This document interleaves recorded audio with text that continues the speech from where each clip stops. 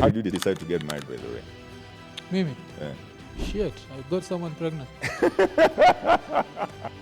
I was having fun, and then the fun created a human. I could not afford 2 households. You know, men don't admit this, but we are more loyal to our football teams than our wives.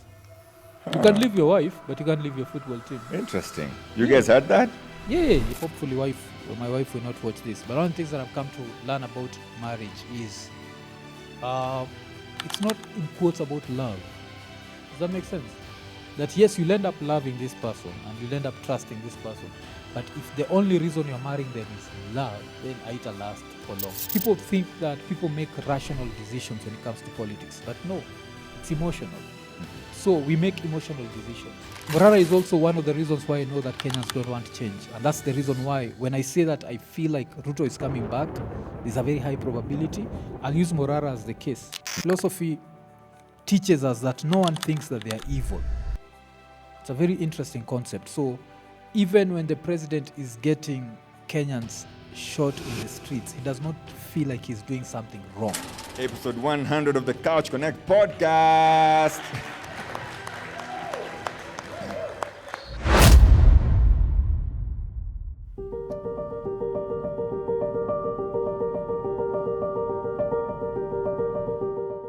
I just want to thank everyone when you come out here to support the Couch Connect. I remember the first ever episode that Joab akipost. Na I've never seen a more consistent nigga kama umse manze. Najua mali unaishi kusema nigga ni crime. Lakini huku ni mambo ya kawaida, ni salamu hata. And there's a time Joab alinipigia akaniambia manze hiki kitu manze nikaa nataka kuacha. Nikamwambia nini? Watu hawakuji.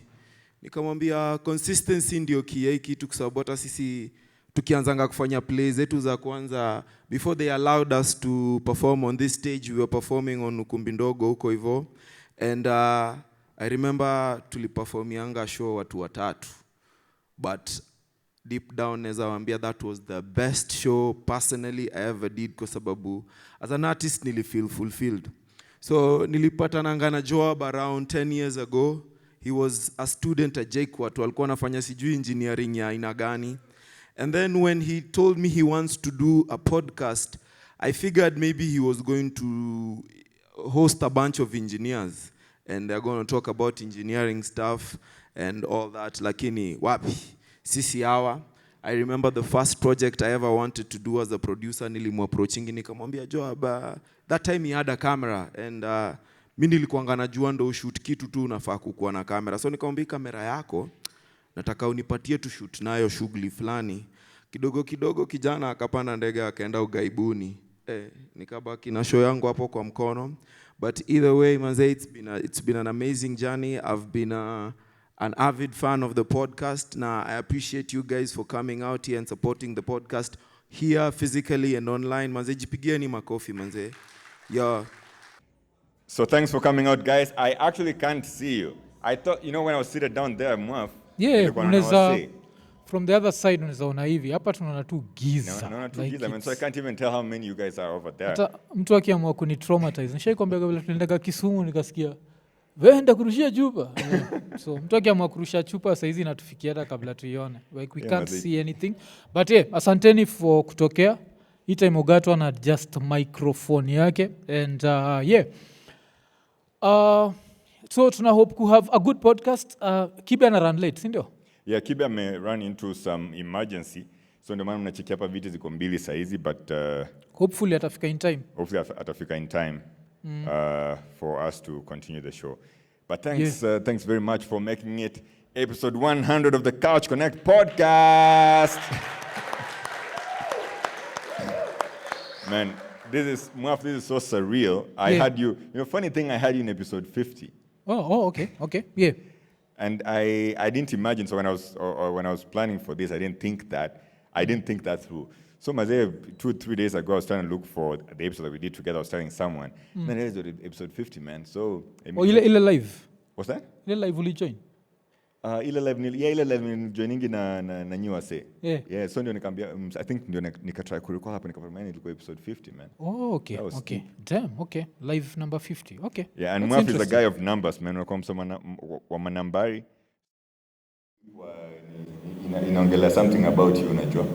Yeah, maybe. But pia congrats cause ausamaga most podcasts don't go past episode 3, alafu 99% kufa after episode 5. Yeah, so wase wengi sana wanzishaga podcast alafu along the way wana give up, especially kama una do podcast hapa Kenya. Maybe tunaweza bonga some irrelevant shit kabla tuanze. Lazima ujue wase internet kila mtu anajua kila kitu, so utatukanwa huko online mwamkaga like every day na cancelio. Yeah. Najua, so if you are thin skinned it's not the right game for you. It's lazima uamkage tu ile design. Wasana wameochiko nini for some time, wanajua tunauza zile t-shirts zimeandikwa enda kajitombe. Yeah. Lazima waambie mafans hivyo, like it's inakaka kiburi but that's the only way to survive, otherwise wasata ku cancel for anything. Acheki. So yeah. But tunaongea juu ya nini leo ja? Unresolved tour. So nilikuwa nafikiria mazee over the years, unajua wasiwanza mwaka na resolutions. So we all start our years with resolutions, New Year resolutions. Yeah, so we have an English podcast, so we can switch it up, yeah? Let's switch, okay. So we start every year with New Year resolutions, and we have so many. People talk about, this year I had Nini Wangeshi saying she wants to get married. Yeah. I had, or was it Kisiangani who said he wants to get a baby? So we have all these resolutions when the year starts. But I think as time progresses, something happens to those resolutions. Yeah. So I hear people, have fitness resolutions, people have work resolutions, wealth resolutions. But most of those resolutions are actually unresolved. So I was thinking that in this discussion, I probably want us to have a chat about, those unresolved resolutions. And that's why I'm calling it the Unresolved Tour. So the reason why I'm calling it a tour is because episode 100 is being held here. Next week, we're having a similar thing with Miguna in Toronto. And then the other week... Okay, yeah. And the other week, January 18th, we're having a similar thing with Honorable Hulda Hitsley in Minneapolis. Okay. And so I just thought that, this is the only time I can do this. I can't just up and decide to do this in episode 164. You let me do this. So I thought this is a good excuse to travel the world a little bit. And we are doing this. And so I think we all have our resolutions. But after before Tondele, man, I see through, in the congregation right now, I'm seeing a lot of support. I've felt your support, guys. So some of you, the support you give is, of course, subscribing to the channel. But then kuna wase hapa hawaja subscribe kwa Couch Connect. Ni very possible kuna wase hapa hawaja subscribe. Unaweza kuwa ni hater. Kuna wase hapa hawaja hawatu follow. So Couch Connect, of course, na Iko Nini podcast. Mwafreeka kuna podcast ndio Iko Nini podcast. Kama ujui Iko Nini podcast, man. Maybe I wish Kenya. But so follow us, subscribe to our channels. Of course, that's one of the ways you can support us. Other people have actually supported by giving money. I got a guy who gave me $40. So you're the only money I may receive for podcast. So kanipatia $40, man. Kani support na kanipatia 2 bags nibebe my microphone. So that was when I started the pod. And of course, I've had moral support. So moral support was like, come on, you could show up, man. Kuni call, kuni text, man, you're doing a good job. So that's beautiful. That's amazing. Of course, I see my family here. I see my uncle, my eldest uncle Gilbert over here. So for some reason now I can see the congregation. I can see my uncle Abel. Yes. And lots of cousins over here. Lots of, I think I have at least one nephew here. Okay. Oh, wait, no, never mind. That's my cousin. Yeah. And Mr. Mobek, man, great supporter. This guy, Mobek drove all the way from Michigan to Toronto to visit me. Yeah, damn. And it's a journey. The guy just came and we sat down and had a meal and then he drove back. And you know how Mobek learned about it? About my going back. So I was in your podcast. Yeah. Sometime, I think in August, was it? Or September, somewhere there about. And you asked me, so when are you going back to Toronto? I said, I'm going back November 1. So November 2, Mobek gives me a call, man. He's like, man, nilipata namba yako from Ian, man, mimi ni great fan. I'd like to hang out. Of course, I know him because he's been on your podcast. Yes. So put up a picture of Mobek, producer, so for folks to see. For guys who are going to watch this. For the guys who are here, you can also, of course, you can see Mobek, hanging around. Funny enough, when you joked about being given $40, nikwantaka kuambia the disadvantage of living abroad. Because I think Mobek alone has given us like over $300 or even $400. Omba tu $40. Wewe ni mtu mmoja. Kuishi majuni ina disadvantages. Of course, man. Everybody knows that you haezi kujenga. Man, of course, man. I think there's an understanding that living in North America, life must be so well, or you must be doing okay. I'm a man, go out and work, utengeneze door, and that way support yourself. So nobody wants to support you that way. But still, the community in North America, the Kenyan community, at least in North America, or diaspora community, they always come together. We always come together when there's trouble. Yes. So when you're doing okay, don't expect anybody to show up and support you for anything. You're doing a good podcast, of course we're going to support you. We'll subscribe. But where we draw the line is money. But when it comes to, I lose somebody, so let's say something happens to me and maybe I'm losing my foot and I can't shoot the pod anymore, people will show up and support me. So at least in that way, people will still support each other. But yeah, I mean, shout out Mobek, for coming through and doing that. Of course, the rest of my relations here. I'm probably going to be staying in Uncle Abel's house when I go to Minneapolis. So hopefully you're going to give me the key before I leave. But yeah, do you have any resolutions from last year? Are you a resolutions guy? I think my resolutions are always very simple. It's always, whatever I did the previous year, I want to do something like better. So it's always like in 2024, for example, we were still shooting with a phone. So 2025, we were like, the New Year resolution is go to camera. And went to camera. So now 2026 is take it to the next level, like enough to grab a few, because 2027, my ultimate thing for 2027 is to have the president of the podcast, yes? Yeah. So for us to do that, it means 2026 we have to do things that can get that level of attention. And someone will be like, why the president? And the president here is Ruto? Yes, Ruto. Okay. Because if I've sat down with the guy who's being looked at as the biggest competitor, that's Kalonzo, yes? I should also sit with this other side and just hear the other side, Because there's something that I learned from philosophy. Philosophy teaches us that no one thinks that they are evil. It's a very interesting concept. So even when the president is getting Kenyans shot in the streets, he does not feel like he's doing something wrong. He thinks he's doing something great for the society. Yes, he feels like he's doing, and you see, this can be justified, and it's been justified before. And this is something that gets me in trouble, but I'm always like, there's nothing Ruto is doing that has never been done in Kenya. It's all been done before. That's why, by former leaders. Yes, for me, sitting down with Ruto and sitting down with Uhuru Kenyatta and looking at the murders, I don't see anyone who's more of a murderer than the other one. Yeah. They've both murdered innocent Kenyans. They've both... I'd want to sit down with Ruto. Will I be cancelled because of that? Yes. Do I give a fuck? No. You see, those are the things that you have to understand. But yes, you see, sitting down with the president, that's the ultimate. That's the ultimate, what is it called? Like acknowledgement that you're good at your craft. So so now in 2026 is to just lay the foundation, have as many interesting conversations with as many Kenyans as possible. And how do you lay that foundation? Like just having guests on the pod? Yes, guests on the pod and also doing your own shit. Like one thing I've come to realize about life is never rely on people to push you to the next level. You have to push yourself. So that's one of the reasons why not all episodes are guests. Because what if the guest doesn't show up? What happens? Because of course, man, I see, if you guys follow Nini podcast, you'll see that the guy is pushing out those episodes, man. Day after night. You upload like what, 6 episodes a day? No, 4. 4 every day. 4 clips. 4 clips. So 1 hour day. clip and then 3 short clips. So for context, the Couch Connect podcast does 2 episodes a week, and that is a lot of work for us. At 2 episodes, we're doing a lot of work. But this guy does. You're a research scientist, bana. Hawezi kuwa unafanya hii kazi. I'm a full-time podcaster, so I also understand that. I wake up in the morning, all I think about is podcasting. And like yesterday, I did something. By the time people watch this, it's going to be Thursday. Maybe, But like on the 3rd of January, I did something that I've never done before.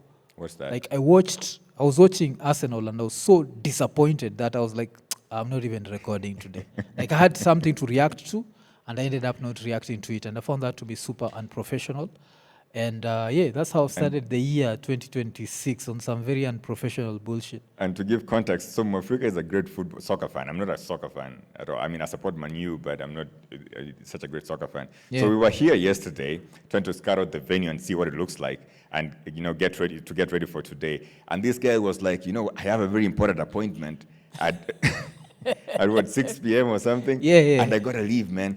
if I don't leave here by X time, I'll miss the appointment. So it turns out the guy is dashing to watch a football match. Which was at 8:30. I realized vile nilifika home. I realized the game was at 8:30. Yes. Okay. So there was that. But it's one of those things where in life you have to have a vice, and you have to have a way of, is it letting off steam? Mm-hmm. So for a few people, like the people who've watched Ikonini know that I come from a family that has a history of addiction. Yeah. So we are the sort of people who can't touch alcohol. Alcohol addiction in this case. Yes, yeah. because if we touch alcohol, then it becomes a whole other story. Yes, and with that, everything that I do, I always overindulge myself in. Mm-hmm. So even this podcasting thing, like I overindulge myself in it. I do so much of it. So in the process, like, what is those avenues of releasing steam? It's going to be comedy shows. So I'll go to a lot of comedy shows. So if there's anyone here who goes to comedy shows, most probably you've seen me with Akina Kisiangani or something, you see. And apart from that, now football and music. Yeah. So those are the things of, So we still won, lakini I was not happy. I was disappointed. Why were you disappointed? I nearly got a heart attack, man. Like, tuna score, tunafungwa. Tuna easy. Then you have to, alafu sisi, like, for most Arsenal fans, like, the ones who are old enough, yes? Mm-hmm. We all remember a game where we were 4-0 up at halftime, and the game ended 4-4. Mm-hmm. Anyone who watched that game has never recovered. So anytime we have a game and it's 3-2, and you see 6 minutes added time, you go like, shit, it's going to happen again. So that's what happens. Yeah, we were traumatized. Like kuna Buddha Flani, he was called Arsene Wenger. Great man, but the amount of heartbreaks he gave us. There's a day I went to watch a game with Ian. Yeah. We were whooped 8-2. This guy still reminds me till today. Then another time we were playing with his team. It's Arsene Wenger's 1,000 game. We were beaten 6-0. Mm-hmm. So you can try and imagine that trauma. It just stays with you. Like, so I don't think there's any Arsenal fan who enjoys football. Like, we watch it because you can't, the worst thing about this is men don't admit this, but we are more loyal to our football teams than our wives.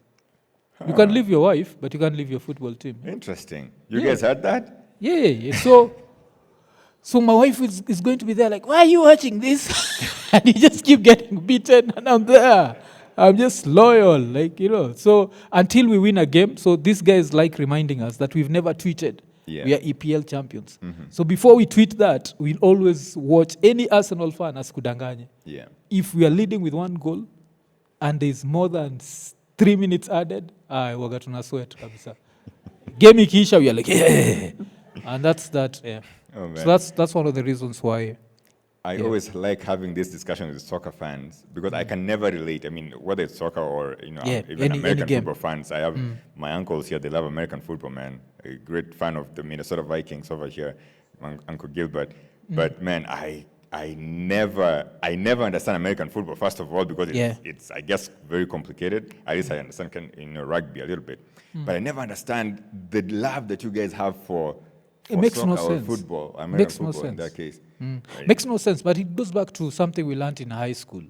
There was this subject, I think it was called social ethics or social education. We never, in my time, we didn't have it. That Yes. tells you how Oh, old, this is now. Oh, how old shit. this guy is. Damn, this is me. This is my time. Yeah. So during social ethics, there's something we were taught. We were taught that love is a decision, yes? And when you come to think about it, love is a decision. Because one day you sat in front of a screen, you saw 2 teams playing, and you decided this is my team. And that's what happened. Like, for me, one of the reasons why I used to love Arsenal in quotes was it had a lot of black players. Cheeky. And I used to listen to a lot of reggae music and hip-hop. And hip-hop was like black this, black that. So now through that, love this team that has a lot of black players. And then you just love it. And then we went through this spell where we were winning games. Yeah. So that makes you love it even more.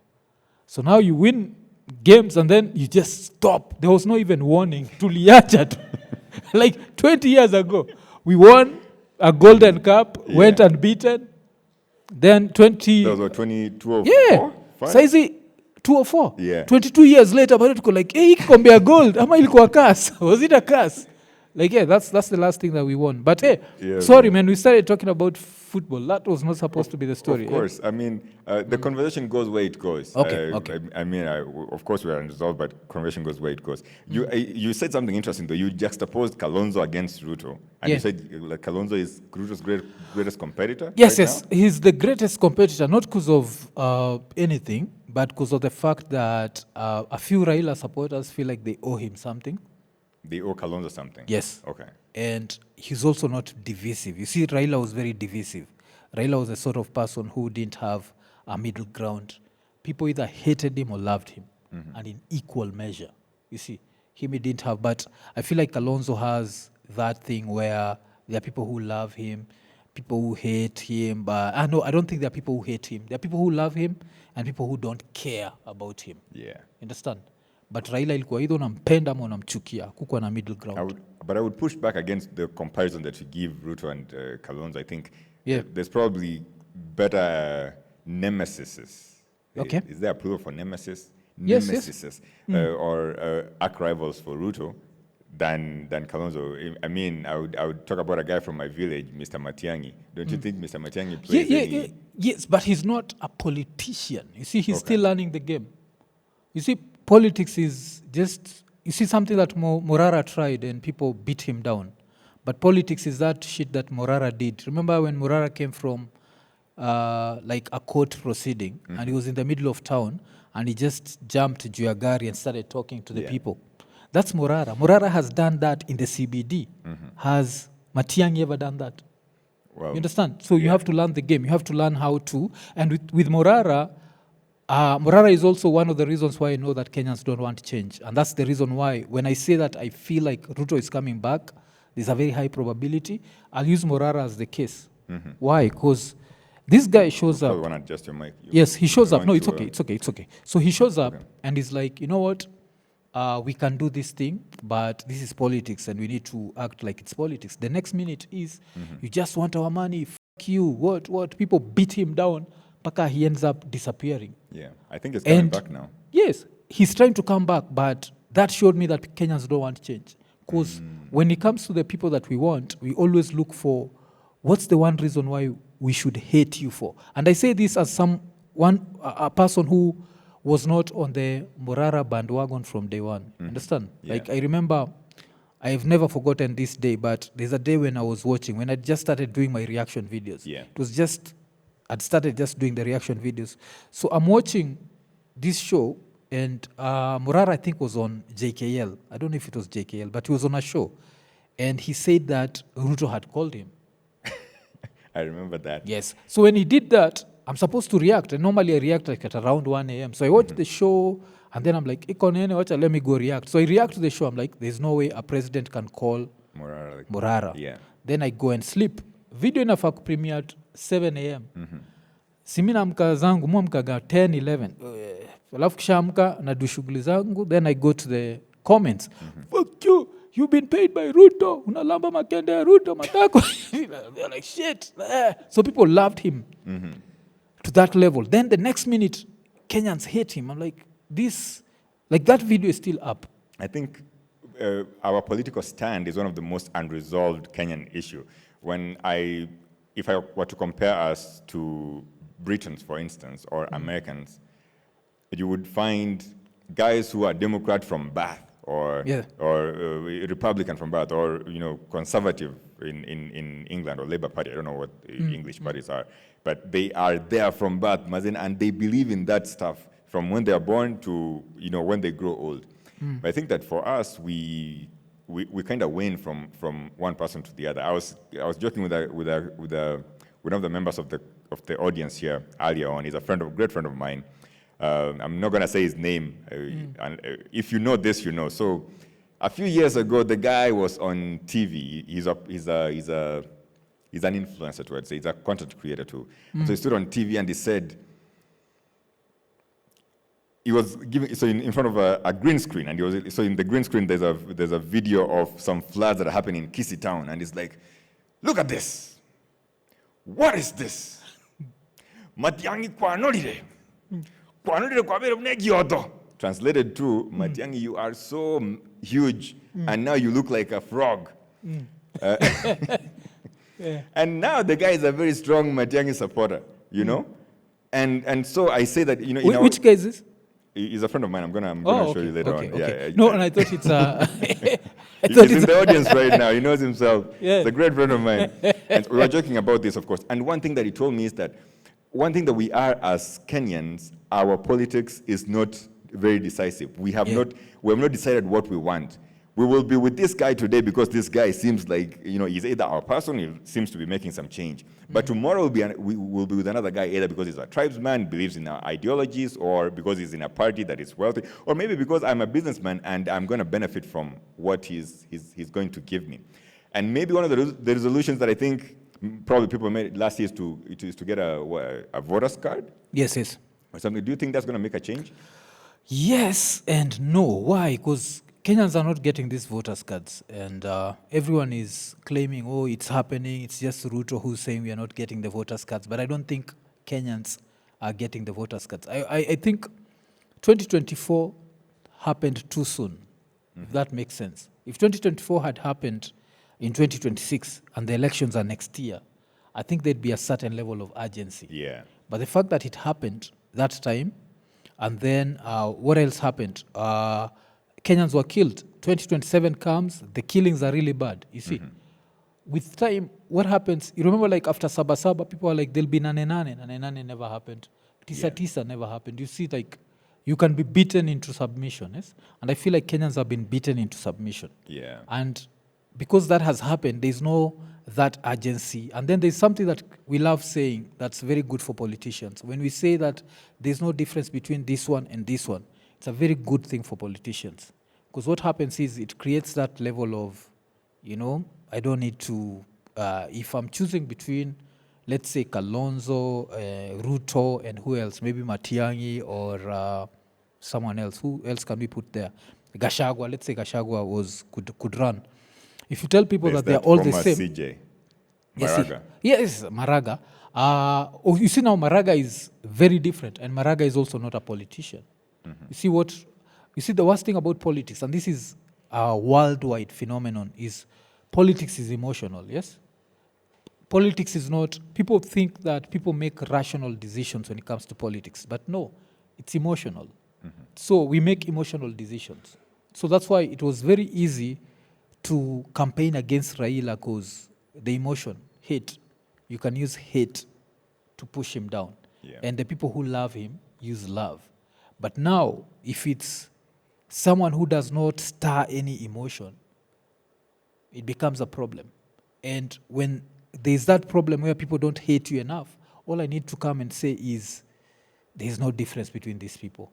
And when you say there's no difference, that always works as an advantage for the incumbent. Because the incumbent does not need all these new voters showing up. It needs the people who want to maintain the status quo. You see? So with that in mind, so yes, the Maragas and the Omtatas, these are those pipe dreams. Because Kenyan politics is still so fucking tribal. You know, that's the reality of Kenyan politics. That even when we lie to ourselves that we've moved away from that. And I know that because I react to videos. So when I react to videos, I'll react to something and I'll be like, you know what? There's a time when I reacted, when Raila was still alive, I reacted and I said, I think when Sifuna had just started being fought, I was like, you know what? At the end of the day, Sifuna has to realize that ODM is a Luo party. And I put Luo in quotes. Why? So yes, it's still a national party. It has the most national support, blah, blah, blah, but it's still a Luo party. Kwa comments wajaa kamejenga, nataka Ruto, nalamba matako ya Ruto. Yeah, so that one happened, yes? Then afterwards, Gachagua has gotten me into so much trouble. If there's a politician who's gotten me into so much trouble, here it's Gachagua. What kind of trouble is this? Because every time you criticize anything that Gachagua does, it's like you've done that because you're Luo. You understand? Yeah. So with that, I can be able to do, what is it called? To detect and just tell you we've not changed. You see, the Kenya we were lying to ourselves in 2024. Tribeless, that bullshit. If you think that Kenya has gone past tribe, just wait. Any random day, you see me talking about either Gachagua, kuja tu hapo chini kwa comments uone.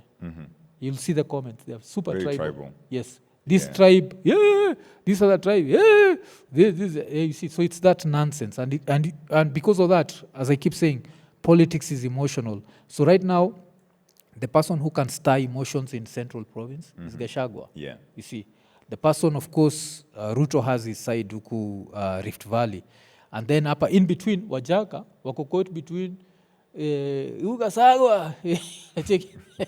They are caught between giving it back to Kikuyus. Yeah. You understand?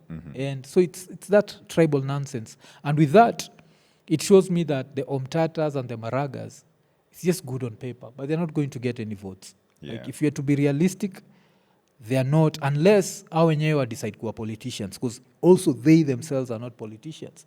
Have you seen them campaigning? Ruto has started campaigning. Yeah. What's his name? Kalonzo is campaigning.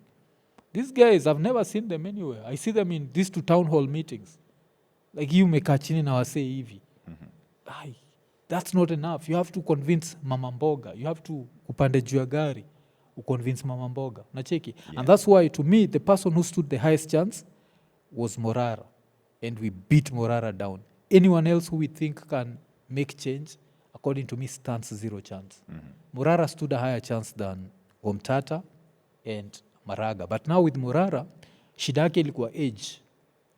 Because age yako tuko like, you are 20-something. I'm also 20-something. What the f*** do you think you should be president? I can also be president. So there's that level of who made you our leader? You remember that? Yeah. So Because with they were that, we were leaderless able too. to beat him down. But he was Yeah. the one guy who was ready kuamka kwa market. Morara pia ashapitia ile violence. Ashaitolewa mbio ingine. Kule kuna time alirushiwa mawe, si ndio? Yeah, So him is gone through Bomas that. fulani hapo hivyo. Omtata ashairushiwa mawe. Omtata- Maraga asharushiwa mawe. If you've not Omtata gone through that ashairushiwa shit. mawe. If you- Ashaipigwa na makarau. Nani? Omtata. Maybe Yeah. Omtata ni kupigwa na polisi. Hiyo ni different. Hiyo ni kuwa activist. Okay. Kupigwa Kujifunga kwa gate juu ya ya- politics. Yeah. Kuna time nani alikuwa anapigwa juu ya politics. Anaitwa Morara. I think alikuwa ameenda Narok. They organized goons just to deal with him. Okay. That's how much he was a threat to them. The fact they never organized goons for Maraga. How uncomfortable is your mic? Zizi, I'm good. Let's do this. I'm gonna be comfortable like that. So pivot it with that leg, like Yeah, move yeah. the leg But out. nilikuwa sawa, unajua? I think mguu imeshikiliwa na kiti. So like ingisha Si, mguu but ndani. niko sawa. Si mnanisikia, si ndio? Wanakusikia Yeah, lakini wananisikia. umeshikilia mazini kama inaweza anguka. Zizi haizi anguka. Okay. Ni kitu tu nimezoea. So nilikuwa nasema the fact hawajai organize goons for Maraga, they feel is not threat. They've never organized goons for Omtata. They are not threat. Yeah. The minute they think you're a threat, you'll get beaten. Kumbuka Morara getting beaten at KICC. Was it Bomas? Bomas, yeah. Because they feel you're a threat. If you're not a threat, they won't Nobody organize any cares. goons. So Correct, Omtata is no threat. He's not a threat. Maraga is no Maraga threat. is not a threat. Tatulia Ile siku tu kelele watapigwa, jua sasa wameanza kuchukuliwa kama Unaweza threat. kuona. As long as wakikuja, oh, daddy, then- kuja kunywa chai. Have But you then ever seen the way? what does our future become then? I mean, if our future is, a handful few benefiting and the rest of us just being messed up down here, then what does the future look like? And even when I'm thinking about the future here, I'm thinking about, you have a daughter, I have a daughter, so our kids' futures, the futures of the young people who are here in front of us today. So what does that future look like? The future looks like what we want to turn it into. You see, we can, at the end of the day, I'll talk my shit. I'll say Maraga stands no chance, Omtata stands no chance. But we have enough people here to start changing the narrative. You see? But as long as I can detect your vote, nikisikia tu kidogo, I can detect your vote.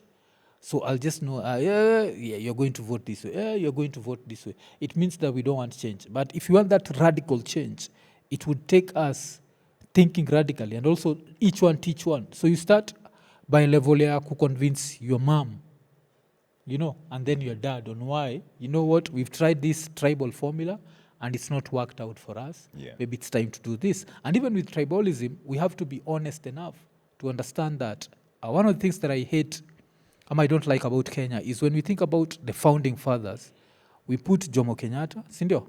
We put Akina Jaramogi, then we'll put Akina what? Those are not the founding fathers. The founding fathers were some white guys, like Mackinnons, who. We need to start from there. Okay. Then understand we did not come together because we loved each other. We didn't even know where Kenya starts and where Kenya ends. Some white guy told us. So now we are Create here. the border for us. Yes. So now we are here. How do we come together? How do we turn into a nation? How do we start looking at each other as Kenyans instead of our tribes. You see, that's the one level that we've never gone past. Why? Because every president did some tribal bullshit. So you had, number one, Jomo Kenyatta come in, his whole inner circle was from the Central Province? From Central Province. He did his thing. Akatoka. Moi akaingia. What happened? Same shit. Folks from Rift Valley. Then the person who had the ultimate chance, and this is why history will judge him harshly, is Kibaki. Because Kibaki came... Kibaki got guys from all over the place. Yes, but Vila Likuja did the whole inner circle bullshit. Sindo? I mean, you still need your inner circle. You should not You have base your it on inner tribe. circle in Ian and I guess Is he from my tribe?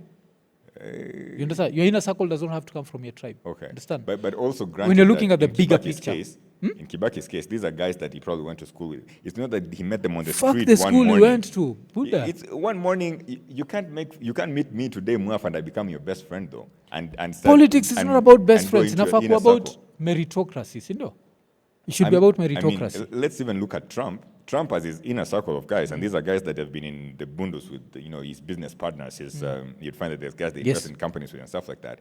And so I would imagine it would be very hard for me to become president and trust, random people who are experts, granted, in their field, but they are random in my, I probably don't think that they have my interest at heart. And so in that case, in Kibaki's case, I think he got those guys because those are the guys that they probably went to school with. You see, on history of Kibaki, it's one of the reasons why I always say, until we judge Kibaki by what he was, not what we want him to be, then Kenya will never advance. Okay. Understand? Why? He had a chance. Like, this country was so united. I don't know how old you are in 2002. In 2002, I was 12. You are 12. Yeah. Unajua kwa tuna arrest police juu ya kuwa corrupt? Because Kibaki was president. Yeah. People were arresting the police. Police walikuwa naangusha ile anatoka mbio because the citizens are arresting him. Yeah. But as soon as people detected that, oh shit, it's business as usual. Everybody went back to default. Everyone went back to default. So he had that chance. Okay, He I had, hear you. and he never took it, which I understand. Remember, he came from ile era. By the time we were getting freedom, all these tribes have been brought together by the white man. By the time tunapata freedom, he identifies more as Kikuyu than Kenyan. You have to understand. You understand? Yeah. So I understand why he did that. But I'm just saying that he had a chance. Then now, who else got a chance? Uhuru. Uhuru did the same tribal shit. Really? Understand? Yes. If you look at the numbers, In terms Uhuru's of cabinet, his cabinet? Okay. yeah. It was more of who has voted for me. So it was largely... But wasn't Uhuru the guy who had a cabinet that had experts? Yes, His it had cabinet? experts, but look at the distribution of the experts. Most They'll of them came still from be Central? Central and then Rift Valley, I mean, and then others. But granted, I'm only pushing back because I want to imagine that. Yes. Sometimes because of our population, if you look at our population distribution statistically, there's more people from Central Yes. than there are Yes. from everywhere else in the country. So I would imagine that having a larger cabinet with guys from Central is Yeah, is should be at least statistically representative. 17% or at least 20%. When Okay. it goes past 20%, Then now becomes it's, something else. it's a problem. Yes. So with him, there was that. With Ruto, did the same shit. Remember that there's a time we when can't people even talk about Ruto because people did the whatever list ya head of Yeah. parastatals. Yeah. Remember there were like 63 parastatals na zote ilikuwa ni mse ametoka Rift Valley. Remember that shit? yeah. So because of that, now how do we go past the tribe thing? So Ruto saizi majuzi 2024 Gen Z shake him up kabisa and he gets scared. So when he got scared, he redistributed and tried to make, so right now his so-called government and what it's the most in quotes inclusive. Yeah. That's the funny thing. It's the most inclusive. And it's not inclusive because he wants, it's because it's for political survival. Yeah. Because the minute that he lost the mountain, now you see that's a big chunk. That yes. Now you have to try, for you to replace the mountain, you need so many tribes. Yeah. So now he had to try and pick up, blah, blah, blah. So you have that. So, but what I'm trying to say with this whole thing is we have this history of tribalism. And Yeah. then you have to also look at the country. This is a very young country. When you learn about other countries, of course, another young country is America, 250 years. You see, that's some young shit. You can't compare America with, for example, China. Yeah. You see, China is old, and that's why China, I remember someone was reviewing China and saying, they can't, is China, even it's something I can ask you, is China capitalist or communist? That's a good question. I think it has found a way of running both. So politically, it is communist. but Economically? it is capitalist. Yeah. I think they encourage guys to run business, but then again, the government owns a lot of wonderful shareholding in those businesses, Yeah. which is very interesting. By the way, guys, I just want to make sure when we record our podcast and then you are at 50% and you realize that you haven't pressed record. Yeah. So let's just make sure that we are actually recording this. Yeah. I mean, I can see the tally light on the cameras. Yes. But is the sound being recorded, guys? All right, great. Just wanted to make sure. And even as we're talking about, China and all these beautiful countries, China's one-child policy recently, I think They pushed it to they are two pushing children. it back. I think they're trying to get 2 children, but still guys are not biting. And something else that I'm looking at, you mentioned this when you talk about social ethics, but I'm also thinking about, I'm thinking about generally how people get children. And I guess when you went to school, you're in social ethics, so you thought that people have to be married in order to get children and stuff like that? Yeah. Okay.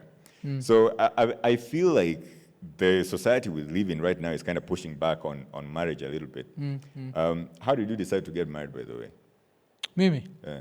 Shit, I got someone pregnant. I was having fun, and then the fun created a human. I could not afford 2 households, So, Yeah. and one of the things that have come, and hopefully my wife will not watch this, but one of the things that I've come to learn about marriage is, it's not in quotes about love. Does that make sense? That yes, you'll end up loving this person and you'll end up trusting this person. But if the only reason you're marrying them is love, then it'll last for long. Because there are days when they're going to piss you off. Like you just wake up and you're like, what the why am I here? Because as a man, I always quote Chris Rock. Chris Rock had this joke that men don't settle, they surrender. Understand? So They surrender because they've with lost. that in mind. Because as a dude, I always look at my life as... Chibe, are you here? Yes? Not yet? Okay. I always look at- the yes. surrender part. Yes, I always look at my life before marriage. Chiki. It's very free. So you can mess around. Ukona this girl, this other girl. You know that bullshit that we do as men. Yeah. But now, with that comes the consequences za kuenda VCT na kuanza kutetne. Unaenda pale kutetemeka. You remember that? I don't know kama ulienda majuu too soon. Have you gone to a VCT? I've never gone to a VCT, but I've done a home test. It's one of the most scariest things, man. The home test ni poa. At least you're alone. Yeah. VCT, you go, and the first thing that happens is, first of all, it's a lot of people. So you have to go to somewhere no one knows you. So I used to live, I lived in Ngara, and I used to go to a VCT on Juja Road Uko. So wait, you're going to use I used to go to. Is this, Yes, you have to something go. you did often? Yes, Okay. because you're single. If you're single and you're in Nairobi, uko single, uko Nairobi, you work on radio, Okay. girls love fame. There's that thing that happens. So with that comes a very dangerous lifestyle. Because siku ya kwanza mnatumia condoms, si ndio? Siku ya pili mko si tunajuana aje. By siku ya tatu ni kavu, kaende, si ndio? Kifo cha wende. So afterwards, what happens is the human mind is very interesting. So ukianza tu kukohoa, uko like shit. Jana nimegongana, leo nakohoa. This has to be HIV. Yeah. So now you go. Unaenda pale unakaa kwa, so you have to look for a place where no one knows you. So I'd go to a certain place huko Juja Road. It was hapo Isili, una cross hivi, unapita matakataka za watu alafu unaenda. It was a very small VCT. And then they'd have to give you this talk. And the talk is like, oh, so what if you find out you're positive? You're like, I'm going to change my lifestyle. And then, so they give you the talk. And then after they give you the talk, they take your blood. Yeah. And after the blood, they keep counseling you for another 15 minutes. And then they're like, now it's past 15 minutes, so are you ready to check the results? You're like, yes. So now let's stand. You know, 1 line means negative, 2 lines means positive. If you're positive, what are you going to do? It's not the end of life. So you're like, shit, if I'm positive. That's the end of life. And then you'd go and then you check, and afterwards, of course, unaishia. Unapigana kafu tena. Unarudi tena after 3 months. You understand? So that's one of the things that I'm actually happy about marriage, that I don't have to worry about that because Let me say something. I'm hearing my uncles laughing here, man. It's very interesting that I'm having this discussion in front of my uncle. Feels so strange. But no if worries, you go knew, on. my nephew edits my show. Yeah, And there I talk shit. So I think it's it is something with the it's generation, something, I man. guess. Okay. I think our fathers used to, by you see you're still young. So but me mabuda zangu they used to make themselves too old, so they never joke about anything and what. And- So and- so I was saying like so now back to marriage. So with marriage now. That's one of the hardest things. We're going to come back to marriage. I want us to exhaust this VCT stuff. Yeah. So I'm imagining that you could still go to this VCT place and find someone someone working there who knows you. Isn't it likely that someone could be working there who knows you, or Nilikuwa radio mnaenda mbali nyinyi wote kumbe the entire street is meeting the same place. Yes. But number one, nilikuwa radio your time, so people don't know you that way as much. Alafu number two, pia social media was not social media. Yeah. Unajua saizi unazaenda VCT, if there was VCT right now, wazaenda pale social media and then come to kamweka wale wanastoto go live. See who's here? Na uko hapo nyuma. That would be really, so there was no social media. I think that's one of the advantages that we had that time. Did you say there's no VCTs right now? Although they're still there, okay. But there's social media, and I think a lot of people just do a self-test. You know, like if you can just do it in the house, and then Okay. So but I mean it's also interesting because so would you go to the VCT the day after your thing, after you have? Yes, you do that. You go the day. No, not the day after. Mostly, we were being told. I think it takes how many? Was it 3 weeks or 3 months? There's a certain period they used to tell you. Like it takes this amount Someone of time. whispered, yeah. What did you say? It was 3 what? There's a certain period. So what you do is you calculate. So now with men are dumb. Like one thing I'll say about us, I'm a man and I know we are very dumb. Yeah. So you'd be like, then when you start So what are you using to analyze who just anaweza kuwa looks. nayo? Just Okay. looks. So what, mwenye ako At the end of the mkonde day, ako nayo ama? yeah. So ni ujinga. Okay. So afterwards now, eventually, when something happens to you, you start panicking. And now when you panic, you have to calculate, like I have to wait for at least, I think it's 3 months or something, or 3 weeks. I don't remember what the period. So that's the time you'd go. Yeah. You'd go after that period. Alafu but uko negative, uko like, niko sawa sasa. Wacha niende, let me go back to the streets. You do some dumb shit, you come back again. Yeah, You the do cycle that, continues. you do that. And with time, I think it's like Russian roulette, you know. It's only going to take once, and then now, so yeah, that was my lifestyle. Because now you see also the other disadvantage that I had was which is also an advantage, is I don't drink. Since I don't drink, there's only one entertainment, and that's the reason why even the clashing with opinions na nani ati Ruto na Kibe used to come from there. Because the fact when you don't drink, you end up spending a lot of time in quotes with women. Yeah. And now eventually when you're listening to Kibe, you're like, no, this is some dumb shit. This is not how women think. This is not how they... Because now that's... You see, if I have you a fair drink, chunk of guys in this congregation who don't drink. And I don't think they... they'll tell you the same. You'll spend because... So all of you guys now I know where your vices are. The ones who don't drink at least. Yeah, so with that, because you spend more time. So now it's so hard for me to... Like the red pill, you know, like it would have been very interesting to have Kibe here, but the red pill movement, I can't relate to it because I've spent enough time with women to know there's this sort of woman, and you know you can't put them all in one box and claim they all want money, they all want this, they are all hoes, they are all... No, you find different characters. Kuna ule napenda pesa, kuna ule napenda hivi. So they are just very different. So one day you move in with your woman and you find yourself married after she's pregnant. Yeah. Because now when the kid was born... But was there a criteria though in deciding that this is the one? Am I just because I mean you've talked about they all some of them love money, some don't, some of them are this, some of them are not. So see, did that criteria ever feature anywhere? Another thing that happens with time, this is how I put it. Another thing that happens with time is the older that you get, you end up getting taste. You end up with gonna taste in women. You see, when you're young, you can sleep with anyone. Yes? Does that make sense? I don't know. Yes, when you're young. But, so kuna hiyo level where you can sleep with anyone. Then the older that you get, you end up ukiwa na taste. Na hii taste yako inamaanisha huyu hata akipata nini, vitu zikienda mbaya, even if I got a kid with this one, I can live with that. ajua naweza tembea naye mchana si usiku peke yake, una understand? Yeah. So with that now it was like, and then it was someone that I would laugh at my bullshit jokes, you know, and we could have conversations. Yeah. So it was easy. Do I always think that what if it was this other one? Yes, kuna hizo moments mtu shinda what if it was this other one?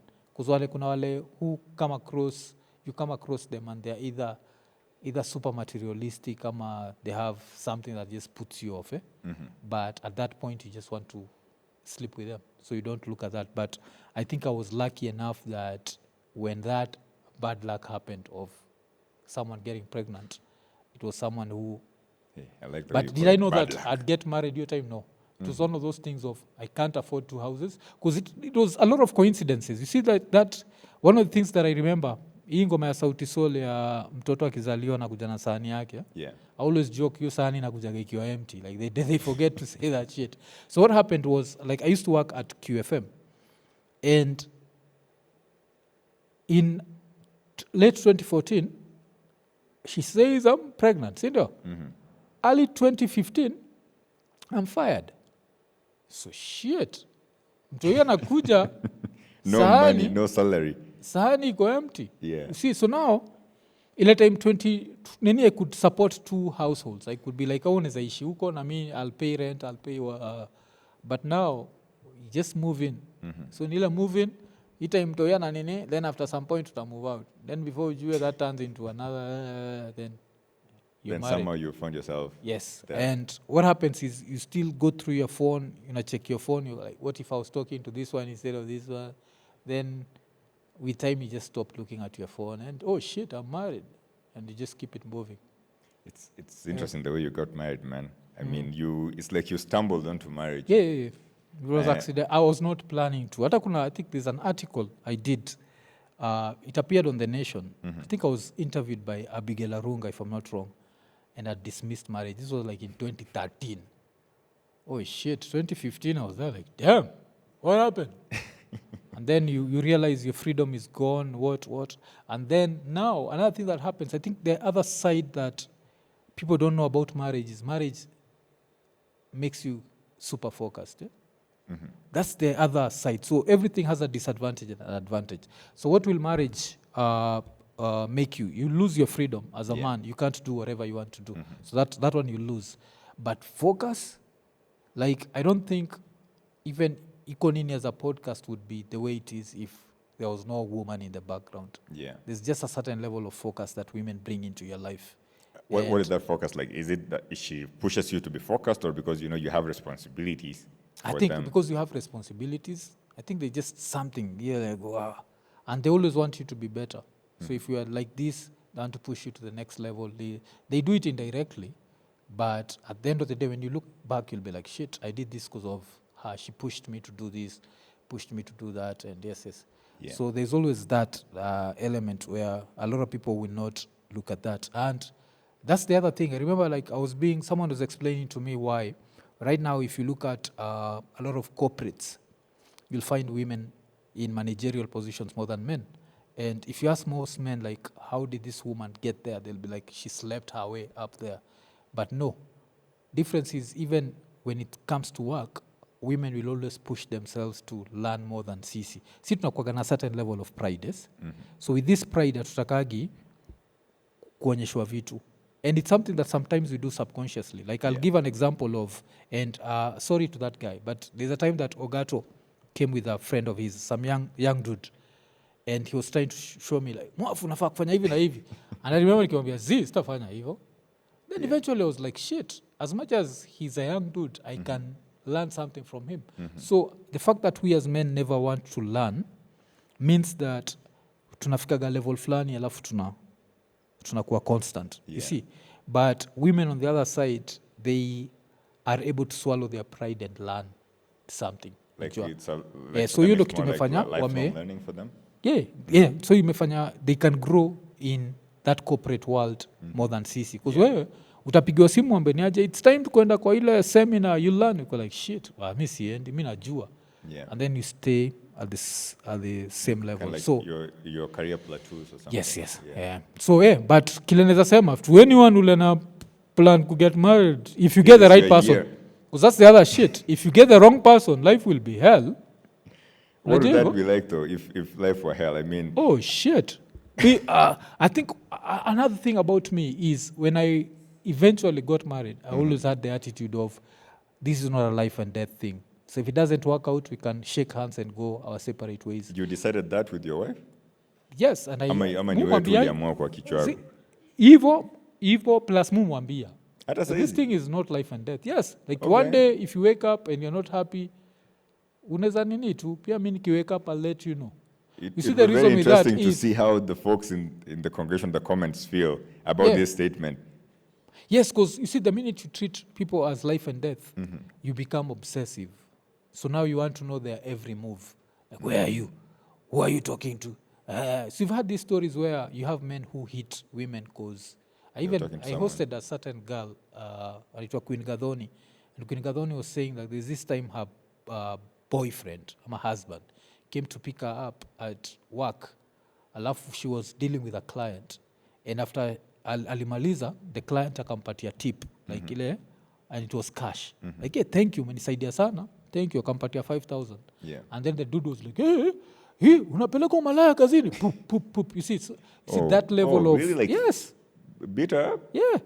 So you see that level of insecurity is when you cannot afford to be left. If you can afford to be left, utaacha mtu afanye kile anafanya. Because now, I think also subconsciously women don't love desperate men. Like if they feel like you're desperate, if they feel you're a prize, like you are like she's the prize. Unajua wewe ndio umempata, like hawezi ishi bila yeye. Of course ataanza madharau zingine ndogo. You understand? And they'll fall out of love with you. But if you give them enough freedom if you want to mess around, it's not life and death. We ishia, mi nitaishia. You see, iza kwa mademo kwa audience, but you see a man can start life at 60. So that's one life of the advantages at 60, meaning we have. they can get married at 60? Yeah. Okay. And so it's always that power shifts. So when we are young, women have all the power. When we are older, we have much more power than women. Yeah. Understand? So if you're in your 20s, that 20-year-old girl, whatever, she has all the power. Understand? But the older that we get, time is always more lenient with men than women. Understand? Unless the woman wants to stay in the gym the whole day and what time inakuwaga more fair with us than them. So, but if you can get something where it becomes a union that's more of a collaboration, where you grow together. So it's not about love in quotes, like it goes beyond love, if that makes sense. Because I think love is the Hollywood version of it. Is that why you said that marriage is not always about love? Yeah. There's got to be something else. Yeah, there's got to be. You have to be able to see that. I don't know. Like brains have to match. It has to, like, you have to be able to have a conversation with this person. Yeah. Understand? Because love pia vile Hollywood imetuambia love ni making love one line. Amwezi make love 24/7. Yeah. Ruto is waiting for his taxi. So what do you do about all this other stuff? You understand? Yeah. So there has to be a certain level of You said in marriage you also lose freedom. And one thing I want to relate to that is that I think in order to stay married, I tell my friends, a bunch of them in the audience, that in order for you to stay married, you got to be stupid. You have to have some level of foolishness. Yeah. In order for you to want to either get married or getting married, I think you don't need to be foolish for that. But staying married, I think you need to be a little bit foolish. You can't be logical and thinking properly and stay married. You have to be foolish to like mjinga kiasi. I think it becomes very difficult for you to stay logical and be married because of sometimes the things that you see happening or even the demands that come with marriage. And I think one of the things you said here is losing your freedom. So in your case, maybe not necessarily in your case, but what do you think that looks like, losing your freedom? When you're single, you wake up in the morning and all you think about is yourself. Understand? So I'll go here, I'll go there. I don't have to tell anyone where I am. I don't have to I can go. But now if you're married, you have to update people to a certain level. Hawezi kuwa unaenda Loitoktok na hakuna mtu yote uliambia. Hawezi kuwa unaenda Karai, Benz yako inagongwa Karai and there's no one you told. You understand? Yeah. So you have to, so that's what I was talking about, freedom. You're no longer the free, because as men there's also kuna kitu moja supendaga hiyo freedom to just be able to do 1 2 3. So yes, I think that's one of the things that you lose is your freedom. And even your phone hauwezi najua kitambo zaingia tu hata ni Instagram just looking at girls, of course hakuwa na Instagram hiyo time, but unaweza kuwa tu pale ukiangalia the twerking challenge. Says now you can't do that. Did you ever know of Waptrick? People who know Waptrick in the audience probably remember the time. Yeah. Ulikuwa unajua Waptrick? Waptrick ilikuwa website fulani hapo ilikuwa na kila kitu. You download your music there, you'd get, very skimpy photos over there. Anything you need was on Waptrick on that your time. Okay. Yeah. Yeah, So but now it wasn't a social network though, it was like a tunaweza website. kuambia for example mimi sinajua sikuwa sijai install Tinder. I don't even know where Tinder is. You understand? Yeah, That's now marriage for you. But if I was single ningekuwa Tinder, ile ya kisapere ningekuwa na Tinder how, unajua? Yeah, ingekuwa hivyo. So What does you that understand? Tinder how? yeah. Unashinda hapo tu. Oh, okay. Yes. Swipe. I don't know if it's left or right, whatever the people do. one direction, So you for lose sure. that. But also, vile nilikuwa nasema, everything has disadvantage and advantages. And the advantages it comes with a certain level of peace of mind where you don't have to miss day and a VCT tena. Hiyo story yangu na VCT iliisha hapo. Yeah. You understand? So now there is that level of Nini where peace of mind, you can focus. And as I was saying that with that comes a certain level of focus. Ajua, where you're focused on stuff. I was laughing because today we were doing a short clip. Ilikuwa mimi, Ian, hapa tu nje kwako, si ndio? Yeah. And is a joke wa the divorced dude anaitwa Kisiangani. Yeah. And I remember Kisiangani akijoke na Ian, akiambia Ian like, umechekiwa mali. And I was there and I didn't see that girl or that woman. Focus. Sawa. Yeah. Sikuwa najua like udem alipita sijui mpaka nikamuuliza Ian, kuna dem alipita hapa? Ian niko but see now Kisiangani is divorced. He's hunting. Yeah, so kuna hiyo level of focus that comes. Yeah, I had Kisiangani on the pod recently. His episode is going to drop after this episode, of course. Yeah. And one of the things I think he's looking forward to is getting married or, getting into Kisiangani, you're still in the audience, man. I'm sorry for putting your business out in the air. But I think you talked about it in the pod, so it's okay to talk about it. Yeah. I said that one of the things he's looking forward to this year is getting into a stage of a relationship where you can, start working on a foundation of settling down in marriage.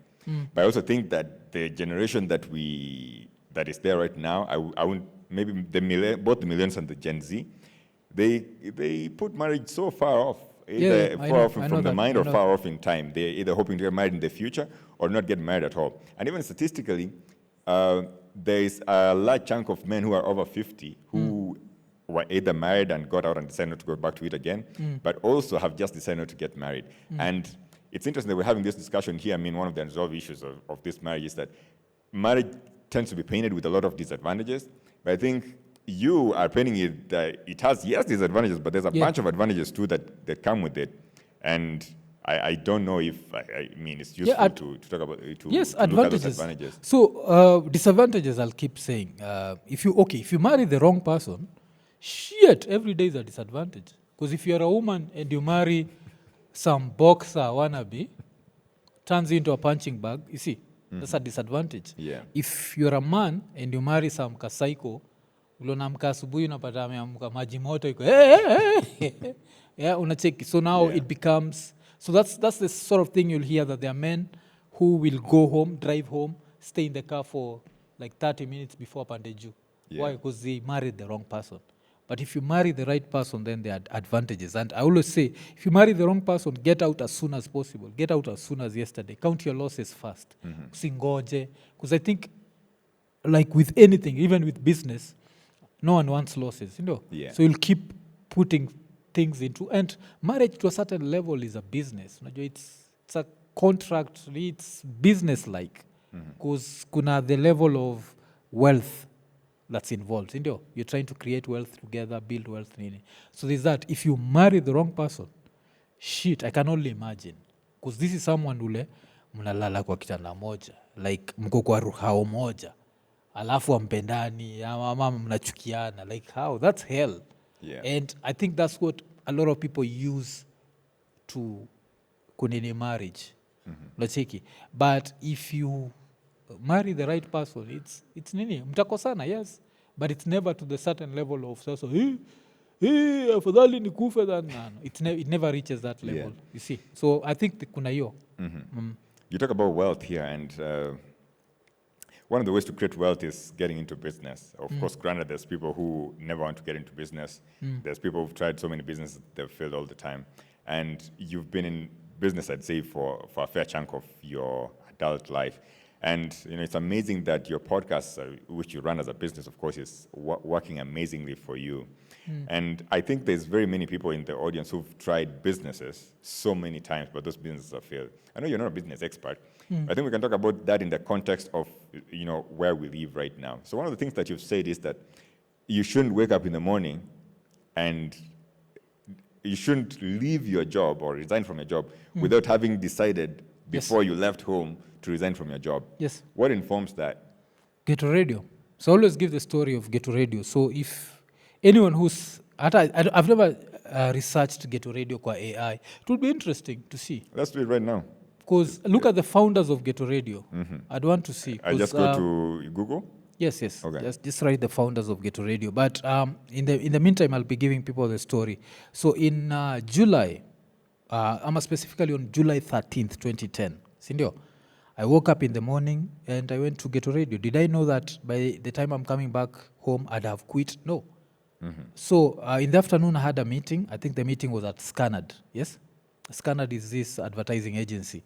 And I had to go there. So I go to the advertising agency and I do my thing. Like whatever we were pitching, we pitch. And then when I came back, I had a certain story. And there was already tension between me and the white guy. So there's this white guy who used to be called Martin. So there was tension between me and him. So for him, because he was the boss in quotes, for him to undermine me, he brought in Majimaji. Yes? And said Majimaji would take care of 1, 2, 3 things. And with that, of course, I'm still young, 29 years old. You understand? Like, I'll make dumb decisions. So I was not happy with him being brought, but I was like, sir, it's okay. But now, Maji, ilitime nienda hivyo, akakuja, and I think yeye and the white guy, they communicated, and they ended up making some decisions that made 2 of my staff members quit. Yeah. And now I come back in like at 4 p.m. and I hear these 2 members have quit. And now I'm angry. Remember, nilitoka asubuhi nilikuwa nimeplan kuquit. Yeah. I'm angry. You hadn't quit. And in quit, like a few minutes time, I just sat on my computer and wrote my resignation letter. And you were like head of something here. Yes, I was the head of the radio, whatever. That's why nakwambia ukiangalia founders utaona. Yeah, so the founders here are, Yeah. So it says Ghetto Radio, a Kenyan urban youth focus station, was established by a collaborative effort with lawyer Maria You see? Mbeneka, often cited as a key figure or the brain behind it.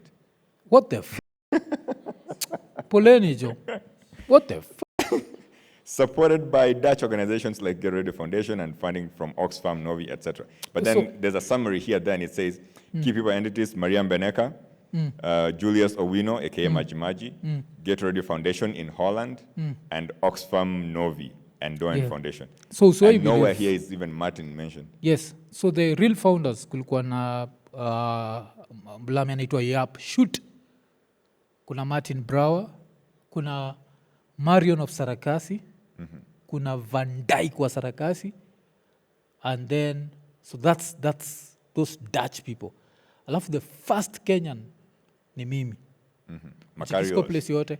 Huyu Maria Mbeneka, you see, she's a lawyer and I can talk about it because it's the fucking truth. Do you know how she ended up at Ghetto Radio? She was my lawyer. Your lawyer as Yes. as Macarios? No, my lawyer is Macarius. Like one of the things that I've done. So Mwaf's name is Macarios, for those who don't know. Yes, Onyango Ouma. So one of the things that I used to do.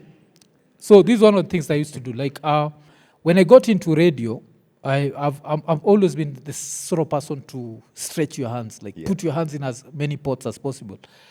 So when I got into radio, I used to do a show called The Joint on YFM. So there's this once where if you want to see how life is so interesting. So not Ghetto Radio. When I got into radio, this is YFM. I used to do a show called The Joint. And one of the hosts on The Joint was a girl called Didi. So Didi was this kababi girl from like Karen, Najua. And so now I'm working there, and then I meet this, like one day I'm interviewing someone, like my friend called Buddha Blaze, tells me that there's this American filmmaker who's settling in Kenya, and he wants to interview a few people, blah, blah, blah, and how matatu culture, hip-hop, blah, blah, blah. So he comes to interview me. So it's some guy called Rand Pearson. So Rand shows up, and Rand interviews me. And then in the process, we create this friendship of ours. And then I pitched to Rand. I was like, you know what? I have this idea of doing a magazine show, and I'd want you to see if you can help me out. So he's like, where do you want to take this magazine show? I was like, either KTN or NTV. And he was like, okay, but have you thought about like this idea? You can think bigger. I was like, what do you mean by bigger? What about Mnet, Channel O, blah, blah, blah. So I was like, I'm not sure. But we shoot the pilot. Where does this guy pitch the pilot to? Channel O. Then Channel O takes the show. Showing it was Kika. So if you look ni S apostrophe then Kika. This was before Kika ya Safaricom. Yeah. So this is uko 2006, 2007. So what happens? Show pick you up na Mnet, yes? So multi-choice. And we do the season 1. Then tukimaliza tukufanya season 1 hivi Ghetto Radio comes in. So now Ghetto Radio may come in. Can I continue doing Skika the way I used to do it? No. But then I'm like, siwezi do, but I can bring in other people and I can be showing up for the main meetings and what. But they're like, no, you, if you're not giving it 100%, there's no way we can pay you. Then I'm frustrated. So I go to IFM and I'm frustrated. I'm like, this dude is trying to get me out of this deal, whatever. If I only knew a lawyer, then shit, Didi hears. He's like, if you only knew a lawyer. I think she told me there's a cousin of mine called Maria. So what if I introduce you to Maria? So this is how Maria comes in. So who does Maria meet? Macarius, ama Mwafreeka. Yeah. We talk, and we threaten the white guy with a lawsuit, and he settles. Even check yangu iliandikwa Maria, nikaenda kuichukua. So in the process, now Ghetto Radio, was like, how much was the check? 800 Gs. Oh, okay. Yes. I think alichukua percentage yake. I think I ended up with like 720 or something. Yeah. So now Ghetto Radio nikaambiwa we are creating a board. Remember, each time there is no one. So we are creating a board, and in this board we need a legal expert. We need blah, blah, blah. We need blah, blah, blah. So who do I introduce as a legal expert? Maria. You're a lawyer. So now when I hear she was the founder, like, fuck you, man. So that's how. And she's a lawyer, so she can sue my fucking ass if I've lied. But I'm the one who introduced her. She was the legal expert. Yeah. But I'm not even mad at her, because at the end of the day, I'm happy, because the white guy, remember Martin Brower? Yeah. He never appears anywhere, and that has to hurt his feelings more than mine. Because he was fucked off our radio station. Yeah. Like the next but thing... Did he use his own money anywhere? No. Okay. But you see, the Ghetto Radio used to get funding from these Dutch organizations. So without Martin, Ghetto Radio would not exist. Yeah. As much as kuna kina Yap Shoot, kina what. So somehow along the way, I don't know what happened, but his name never appears anywhere. He was just kicked out. I think alienda huko Holland akatumia drugs kurecover, which I'm anti-addiction, but I was like, yeah, thank you, man. Because, if I'm a bad enemy, man. Like, nilikuwa nimekasirika na yeye. So alikuwa anatumia madawa zake mihadarati huko. Saizi nasikia he's getting clean. Alirushwa nje ya radio. Alafu when I thought about it, like later in life, kwa sababu amesikiza gani kibonga jwa Ghetto Radio, always say there were so many opportunities of a hostile takeover that I never took. And if you're in your 20s, Poleni, this is bad advice. But if you have an opportunity, chukua opportunity yako. This is what happened. When Ghetto Radio was being formed, I was given the documents. Unajua zile documents za kuandika shareholders. Mimi ndo nilijaza. As wako Holland, I could have put my freaking name as the majority shareholder and taken it. They even kuna point waliniambia like, you see like the way we need a local investor, so you can put your name and put 10% and then baadaye utaturudishia. Mimi na ujinga wangu niko like zizi, you don't even have to do that. Let's just use watu wa sarakasi. Mimi nilikuwa mjinga jo. So I think because he was that trusting, that was Martin. He trusted you kabisa. So now he trusted the wrong people. They f***ed him off a radio station. So that's how right now ukienda kwa AI na kuandikia watu wali join 2010. Kumbuka hii kitu ilianza 2006. Yeah. Alafu tukago on air 2008. Watu waliingia 2010 ndio founders. Yeah. Yes, so I guess ni kama vile founders wa America ilikuwa nani Christopher Columbus or something. You understand? So yeah, that's a long Ghetto Radio rant. Poleni. Yeah. Yeah. Yeah. And then it's interesting because now you run a podcast now with with Ian and recently with your former co-host. Yeah. I don't know if it's a former co-host. Yes. Kibe, what's his other name? Rapcha. Yeah. But the Kibe who? Frederick Kibe? Francis Kibe, yes. Yeah. AKA Rapcha. And so do you look at structure the same way now? I mean, after being screwed over that way?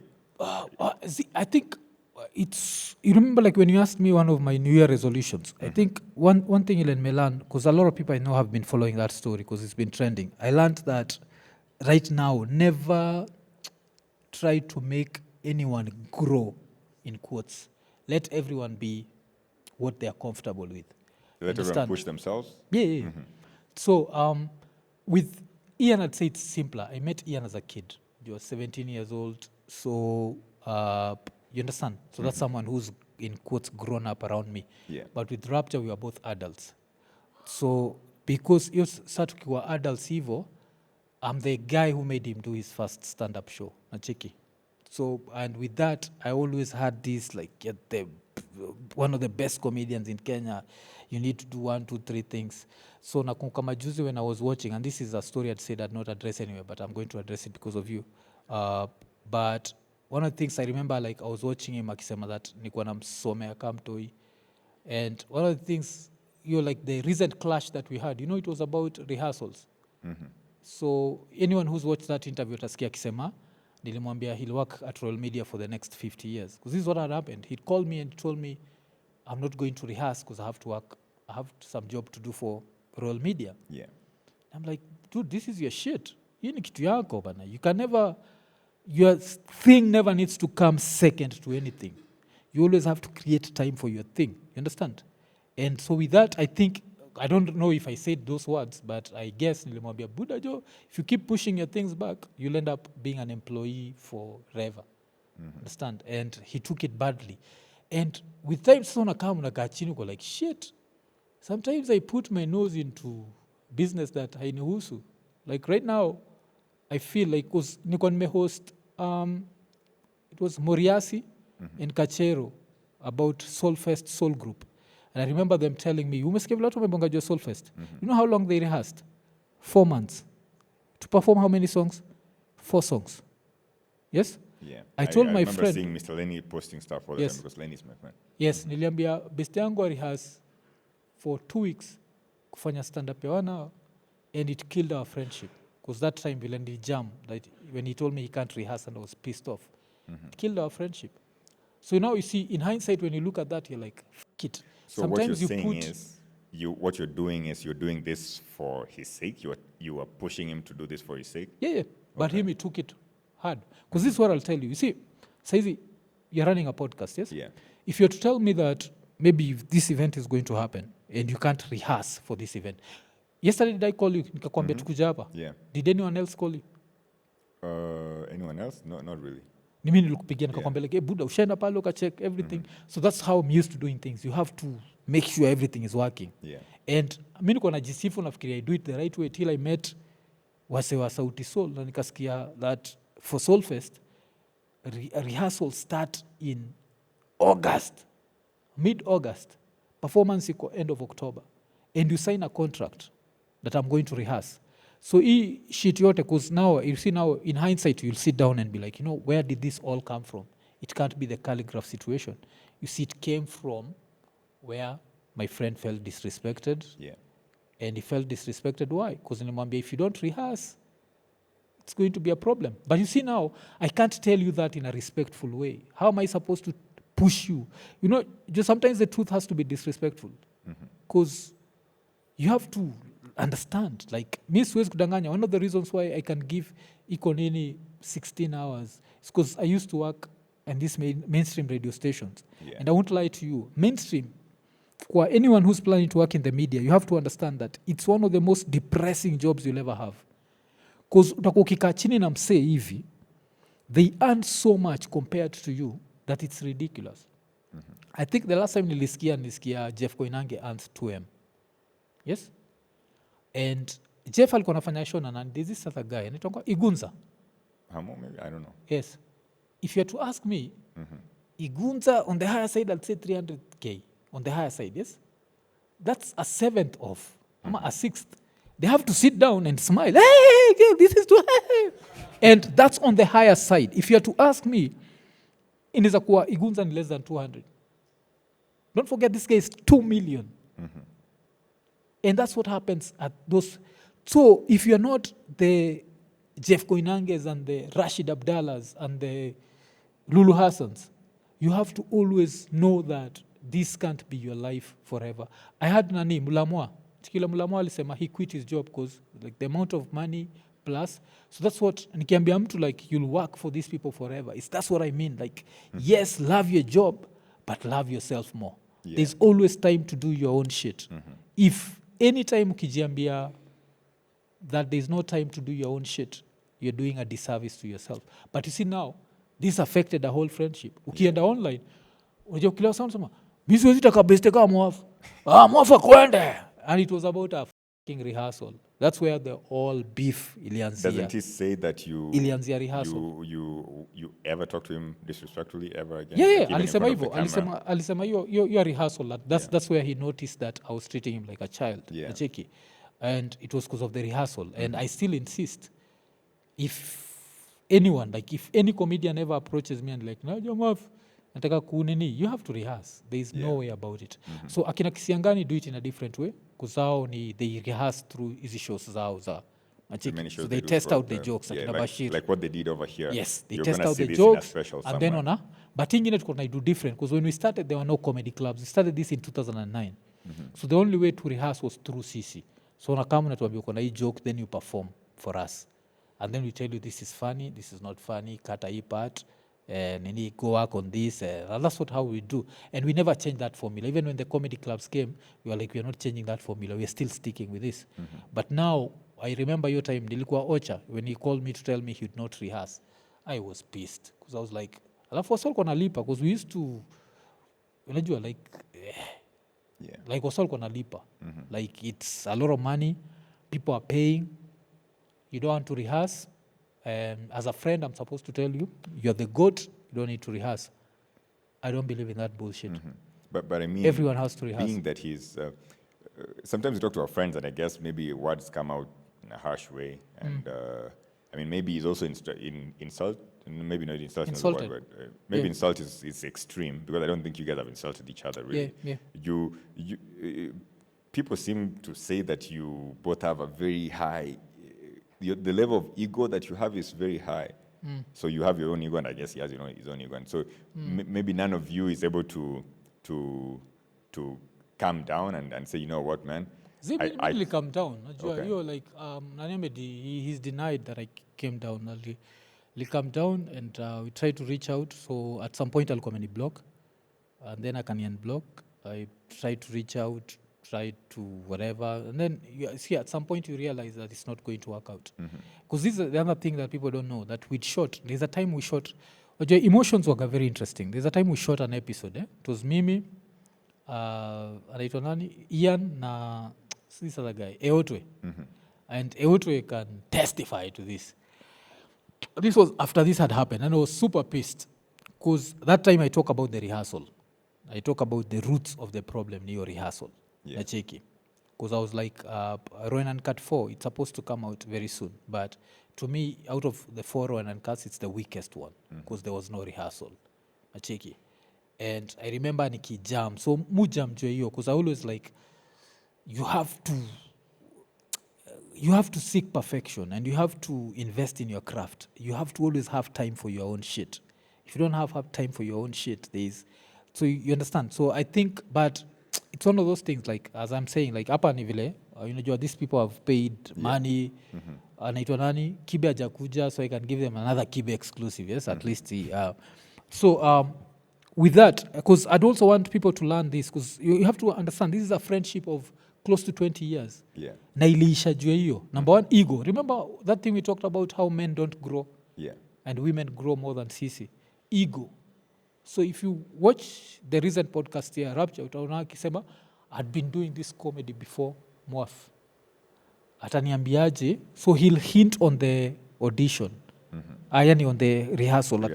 Kuna vile na hint, but he does not come out to say it's about rehearsals.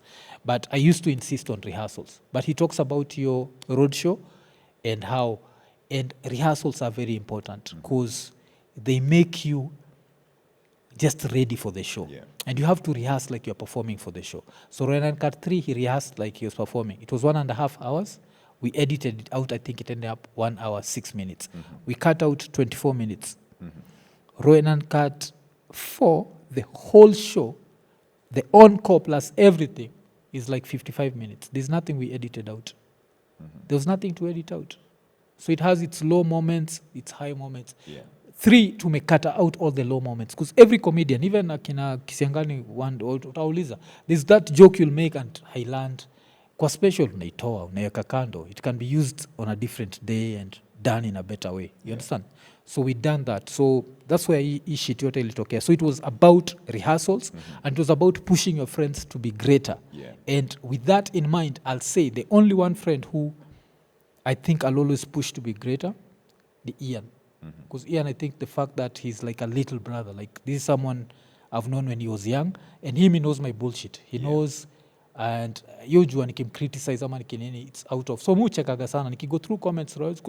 Hata Ian, umona best yako amenyolewa, chagua yako zini, like, fuck you, man. This is like, because he understands, even history yote, where about rehearsals, he understands how pissed I was. It's like, you have to rehearse, Buddha, like people are paying.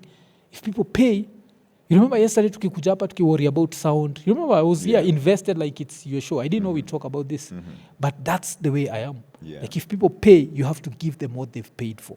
You can never, if it's an hour special, you have to do at least an hour, not 55 minutes. It has to be an hour. Yeah. So that's why I insist you have to rehearse. You have to rehearse. And never take yourself as the best. And I think that's another thing Pia nani yakwa happy with. As soon as other comedians came into the game, I started, like, I tell him, no, hawezi sema you're saving stand-up. There are other people doing stand-up. Acheki. You can never say you're saving stand-up. That went in 2009. You're the only guy doing it. Right now, there are so many people doing it. So with that, maybe akachukua, maybe I don't respect him as much as Nini. But to me, I find it disrespectful. Yeah. It's like me saizi niseme na save podcasting. Q, if I die today, podcasting will continue. Yeah. Understand? So you ain't saving shit. So, and also another thing I've come to realize about life is the minute you think you're the best, it's time to quit. Why is that? Because you'll never push yourself. You become complacent? Yes. You'll never push yourself. If you start thinking you're the best, you'll never quit. You should quit. If you start, you stop getting nervous. Like, tuseme vile kwa tunakuja hivi, were you nervous before we started? Yeah, I was a little bit. I was shaking. My hand was shaking over here. If you're not nervous, it's time to quit because it means you're not ready to give your best. After history of nervousness, you know who I learned it from? It's Jay-Z. Jay-Z was saying that any minute he's backstage. This is Jay-Z, a billionaire. And he's saying that any minute that he's backstage and he's not feeling nervous, he knows it's going to be a bullshit show. And that has never happened to him. And he says the day that he'll be backstage and he feels nothing, after that show, he's going to quit. Understand? So you have to push each other. You have to, So I think it's a nice thing that you're pushing. You've been pushing your friend. But I also think that maybe he just wants you to say, man, I'm sorry, to apologize. Nilisema hiyo story niko sorry. But you see now, it comes back through. But maybe you just keep apologizing. I mean, you're married and you keep apologizing to your wife all the time. That's a woman, man. Shit. Plus, I get rewarded with pussy. What am I getting rewarded with here? Skiza, you see, I think this is what lazima to realize in your life. The truth, when said in its rawest form, can never be respectful. Okay, so now, nikwambie umekata kurehearse. Tell me in a respectful way on why I should rehearse. Why it's okay, why I should rehearse. Not to rehearse. Yes. Okay. Ukiniambia uendi kurehearse for your own show because of your other job. Tell me in a respectful way. Well, I'm so sorry. I don't. You understand? I The only don't way have the ni kupush, lazima upush msee. Like me, Yeah. saizi mtu akikuja kwangu saizi, and aniambie they're trying to do their own thing, Yeah. but there is no time for their own thing. They only have time for their 9 to 5. I'm going to disrespect their 9 to 5 in a certain way. Yeah. I'm going to remind you that your boss doesn't give a about you. If you die today, They'll hire someone will be hired. Someone tomorrow. nacheki. Yeah. But it's only you who can do you. Yeah. Understand? So it's only you who can do you. So I think that's where the problem comes in. Like so ideally, what you're saying is you are looking out for him to get better. be better, and maybe he took it the wrong way. Yeah. By the way, we are going to have an opportunity for questions. Any question from the audience? And Yeah, there's a yeah. mic. There's supposed to be. Caleb, do you have the mic? Yeah, so you can walk around and we can give someone an opportunity to ask a question here. Yeah, yeah. But I mean, we got here because we're talking about business and wanting to get better in To business. get better, yeah. Yeah, So, and so naweza nikimalizia hapo naweza sema if I do any business with any friend of mine, they're going to hate me because I'll always push you. I've seen you pushing. I mean, I'll we've traveled push you together. mpaka utajam na mimi nacheki like even we mwenyewe unakumbuka ukifanya hii show I gave you some unsolicited advice nakumbuka siwezi tajaba but I was like what the hii unafanya hii you understand I'll tell but them what still you told me. One of the things is, why are you doing the show in January? I mean, it's very, very nice advice because clearly you look around. Yeah, I mean, but because pia generally people- pia historia jana I won't take credit for that. That was Ian aliniambia gale Oh, okay. nani hajafikiria juu ya jana kwa nini atu kitu jana Yeah. but still nakuwa nikikuuliza Other you things, umefanya yes. umefanya hivi because that you're my friend you Yeah. understand you remember ile one of the things ile unajua come rain come shine I was going to show up you understand that Yeah. understand Thanks so for that, man. that's one thing so I always want the best for my friends Yeah. sasa the worst thing about wanting the best for your friends is you're going to rub them the wrong way understand so anyone after ads hapa watu enda watch hiyo show ya I did with Soul Group and they'll talk about how Soul Group do their own meetings and you'll hear kina Kachero say that they disrespect each other during that time why because we know we are all seeking perfection and perfection does not come with kissing each other's ass perfection does not come with ugato buda jo hata hatujatest mic au sijali wewe ni pro hata mic zisipofanya kila kitu kiko sawa you see perfection comes with You gotta push. you have to push each other and with that can it come out as disrespectful yes can it come out but it's coming you have to ask yourself where is this coming from is it coming from a point of hate or a point of love Yeah. and the minute that you cannot decide if it's coming from a point of hate or love is the minute we shake hands Yeah. and we go our separate ways. So as I was talking about, nili skip. There's a show that we did. It was me, Ian, and Eotwe. And I was so angry, I remember during that point. And Ian did not want that show to be released. He told Eric not to release it. Eric wanted it released. Eric's najua Eotwe. Hey, iko nende, kaende. Shout out Eotwe But for every other time with alafu Eric podcast, eventually, yeah. of course, we didn't release it. Oh. Nacheki. Yeah, we never released There's it. an episode ya Eotwe Yes. hajatolewa because of Ian. Yes, ilikuwa ni bro. Ian, because Ian unajua as I told you, this is someone that I respect. Like I know where it's coming from. Yeah. So the more we were shooting it, he felt some sort of way. And he felt like if this show is released, we are never coming back from that. But you like we can't come back from Yeah, this. I think actually Ian mentioned something like that to me, but Yes. I didn't think it was in Eotwe's. I thought Yes. it was in Iconi. Azi, tulikuwa na yote on iko nini. Oh, So he told me if okay, this is released, yeah. we'll never come back from that. We never released it. Understand? But is it zote lazima ujiulize, where do you start feeling like your friends hate you or your friends disrespect you? That means you yourself feel some type of way about them. Because Sisi on the other side, that's our dude. Like even at that time I'm pushing you to rehearse because I feel like if you're to ask me, you don't get enough respect at Royal Media. Like to me, one of the examples, naweza sema hapa because I don't expect Royal Media to employ me, and but I never understood the reason why he'd have a reggae show and then Talia is doing the TV show. I have nothing against Talia, understand? But you're my friend. You do a reggae show. If there's a TV reggae show, give it to my friend. Why are you giving it to someone else who's from the outside? You understand? So with that, I could see his growth hapo. It's going to najua leo unafika pale alafu growth yako inaisha hivi. But that's your friend, so you're looking out for your friend. But when the minute that your friend starts thinking you're disrespecting them, Yeah. they don't see you're looking out for them. Is the minute to understand that maybe this friendship has run its course. Because I think another thing about adult friendships is we put unrealistic pressure on adult friendships. How many friends did you have as a kid who are not your friends anymore? Oh, as a kid, man, there was thousands, hundreds of friends. I take it. Or not thousands, I mean, you only exaggerate. Yeah, but there was probably tens of friends. Yeah. But as I've grown older, man, I was telling Kisangani the other day, man, on the first I shot a pod. Then after the pod was done, my assistant did show up on that day, so I was by myself in the house, man. Nilikaa hapo chini. I went and I think I hung out with a friend of mine, probably. I don't remember very well. Then came back, man. I felt so alone. I was like, man, I have so many friends. Where are all my friends, man? I realized, man, there's no friends. Shout out Shitty. I've seen Shitty walking in, man. And I was like, man, ata Shitty ayuko hapa, man. Nilipigia Shitty. I called Shitty. Shitty's phone was off. I was like, man, friendships, as you grow older, they become so twisted. Yeah. And the minute your friends can't tell you the truth, I think it's time to need. So one of my New Year resolutions is to my friends who understand where I'm coming from, I'll always be a bad friend because I'll always tell you the fucking truth. And I'll always, so even if it hurts your feelings, I'm always going to do that. I always want my friends to scale up. Like, I don't want you to stay at the same level. Like, what the fuck do you want to stay at the same level? You always have to push yourself. And sometimes, I think also, Magana, you don't need motivation, you need discipline, yes? And probably both. Yes, but discipline is more. Motivation, there are days you'll be unmotivated. Yeah, but if you're discipline you'll wake up will and do it. make you wake up and be like, you know what the fuck, I need to do this. And then you'll end up doing whatever you need to do. So with that in mind, I'll always push my friends. And that's the reason why if any of my friends feels like I'm disrespecting them, I shake hands with them. Because that means I can never push you. That means I can never tell you the truth. Because sasa nitakuwa nikiori juu ya feelings zako.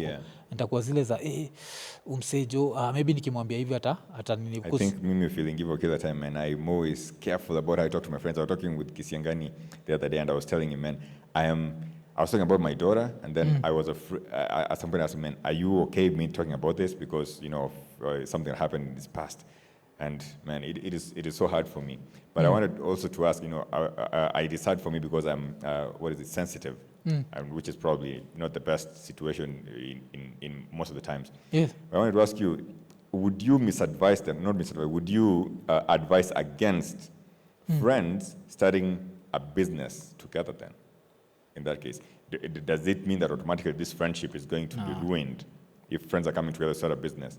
And I mean, there's probably a bunch of people who've done business together and maybe they've worked. I also think that it's possible that... Okay, I think there's two ways to look at it, because now, Angalia, on the other side, look at Soul Group. Soul Group is started by 4 friends. These 4 friends are multi-millionaires. Understand? And, so is this stuff and they themselves... You know, like anyone who's not watched you, what can you plug that episode of mine, Muriasi and Kachero? You need to go and watch it and hear how what Akina BN expect from their staff members. Inakuwaga the raw truth.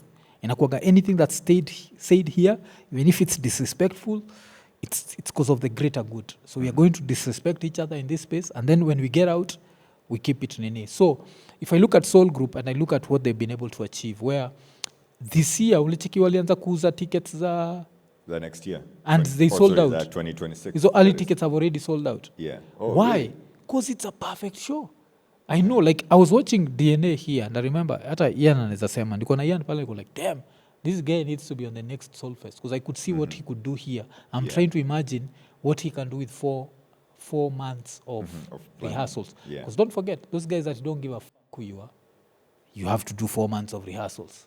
Whether you are top who ama who, lazima do 4 months of rehearsals. So you'll do the same shit mpaka it becomes part of you. Nilikuwa pale, like show ya Red Sun, like I did a whole review. What's iko nini hapa niza kuambia. Like it was like a spiritual thing. Nameless. And then you hear, baadaye unakumbuka, damn, this was 4 months of rehearsal to do 4 songs. So it's like every song was taking 1 month. That show was perfect. Who started all that? 4 friends. So I think this thing that we say that friends and Nini can never mix. It can mix as long as we never lose the thing of where is this criticism coming from? Is it coming from a point of hate? or is it coming from a point of love? Yeah. The minute that you start doubting it's coming from a point of love, it's the minute the friendship has run its course. Because every friendship, most friendships run their course. Najua, kuna kuwagana few lifetime Friendships. yeah, alafu kuna kuwagana zile they'll run their course at some point, kitu ita happen. So tunaangalia Jay-Z and Demon Dash walikosana, si ndio? Yeah. Jua Kali and Clemo still friends, si ndio? But Clemo na Nini walikosana, understand? And Sauti Sol, surprisingly, Somehow they're still together. They're still Hizi together. vitu zenye imbwa Cheki. yenye who was saying recently. Someone was saying, Bien shika simu yangu. Was that Savara or was that...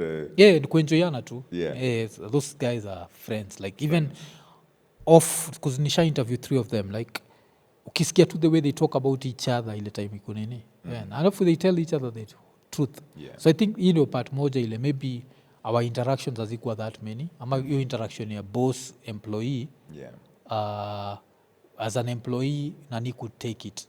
But now when he felt we were the same Nini, he could not take it anymore. Was but he I've an always employee been at Ikonini though? no, an employee at Ghetto. Ghetto. But I'm asking about Ikonini. Was he a Zizi, friend or a zizi. partner? Or He what was a friend alikuwa of na the show? yes a friend. Okay. Yes. So kuna hiyo blood thing of friend Nini, it's a blood Nini, but we still, you understand? Yeah. It's still there, but me from day one, like all I wanted was the best for him. So I pushed him paka. Yeah, yo ndio kitu siwezi kudanganya, Me, like I I'm would a still bad insist friend. though. I would want to see you guys back together. I mean, and I think there's a bunch of I people think who guys saizi isha nini. I think kuna hiyo shit ya it can never come back after kurealize, because now I'd never tell you the truth. Because you remember all this started because of rehearsals. I still want you to rehearse. I mean, you could still be friends, not talk about not do stand up anymore, but do like Oh, your that one weekend can update. happen. Yeah, that one can happen. But you see that still, the business side was also played a very critical role in that. Yeah. Najua. Okay. For me, Are you Actually, moving around the like mic? I change the price of rice in China for me, even if we were ever, like if we became friends again, cheki, Yeah. because I never felt inferior. But sasa from you nini yake, ni kama he used to feel a certain level of inferiority. So that's where now it becomes a problem, because now I don't know how you taking, like, because friends, you have to push each other, man. You have to push each other to the next level. You have to push each other. So friendships inakuwaga very tricky, because the minute that miacha kupush each other, like, is the friendship what? That is one of the reasons why nilikuwa nataka Kibe angekuja. This is something that Kibe said on Citizen, and it stayed with me. Ilikuwa ile, there's a point Kibe alikuwa nabonga juu ya friendships. Alikuwa anasema ati his friendships are all, he has to be benefit. Yeah. Like the minute he cuts it out, sindio? Yeah, you said the same thing in my pod when I did with episode 71, I think. Yes. And we were talking about IQ Watson. I asked him, "Are you friends with IQ Watson?" I mean, we're not friends right now because he ran his course. But I mean, if something else were to come up, he'll be my friend again. Yeah. And I guess I've seen him hang around with IQ. Yeah, because they're past couple friends. days. They're friends. Yeah. So Yeah, kuna hiyo nini? Kuna hiyo whatever. But this was all about freaking rehearsals. So in hindsight, I don't know, man. Like, because at the end of the day, friends become like brothers. Yeah. So there's always that part of you that's always going to be like, was it worth it? Like the rehearsal, maybe was I too harsh? Maybe should Do we you have ever just regret yeah, talking to him sometimes. that way? Yeah, sometimes I'm like, was it? But then I look at the show itself, and the show was not good. And according to Mimi, and it was not good. Why? Because there was no rehearsals. You have to rehearse. That's the worst thing about showbiz. You have to rehearse. There's no shortcut around it.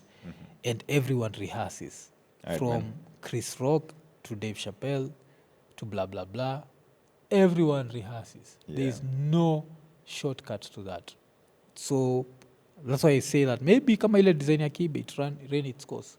Najua, because I'll always be, I don't think I can ever change. Najua, like, this is how I always look at it. I always tell people who are angry at me, sometimes for my different opinion, I always tell them this. You came and you told me that if I was to tell you to rank these things, God, family, and business and health, Yeah. you'd put God first, family, and then health first. Yeah. Mi nakwambia, your God won't even be in my list. Yeah. That does not offend you. But the minute nimekwambia, maybe sija kufurahia kile Gashago amesema Maruru na jam na mimi, nakuuliza like, can nilikuwa nimedismiss God? Like, out of your priority, this is the person ama the being that you keep. You understand? Praising. So yeah, so with that in mind, if I always know like every time nimebonga juu ya religion, I'm going to offend like a lot of Kenyans because people have come to believe this thing and they've kept. Unakata kabla tuanze show, I think it's your brother who was like, let's pray. And I was like shit, okay, am I in the wrong place? You understand? So that's me. And I'll always express this one opinion that pisses people off. So if I can't express my opinion on things like rehearsals, then I think your friendship may run its course. Nacheki. Man. Sad, but reality of life, man. Let's see what the future brings. I mean, out of the many resolutions, man, this is one of those unresolved things. I hope it becomes resolved soon, man. Do we have anyone who wants to ask a question? We are in I think, the last half hour of the show. Okay. Anybody wants to ask a question, they can just raise up their hand and the mic comes to them. Yeah.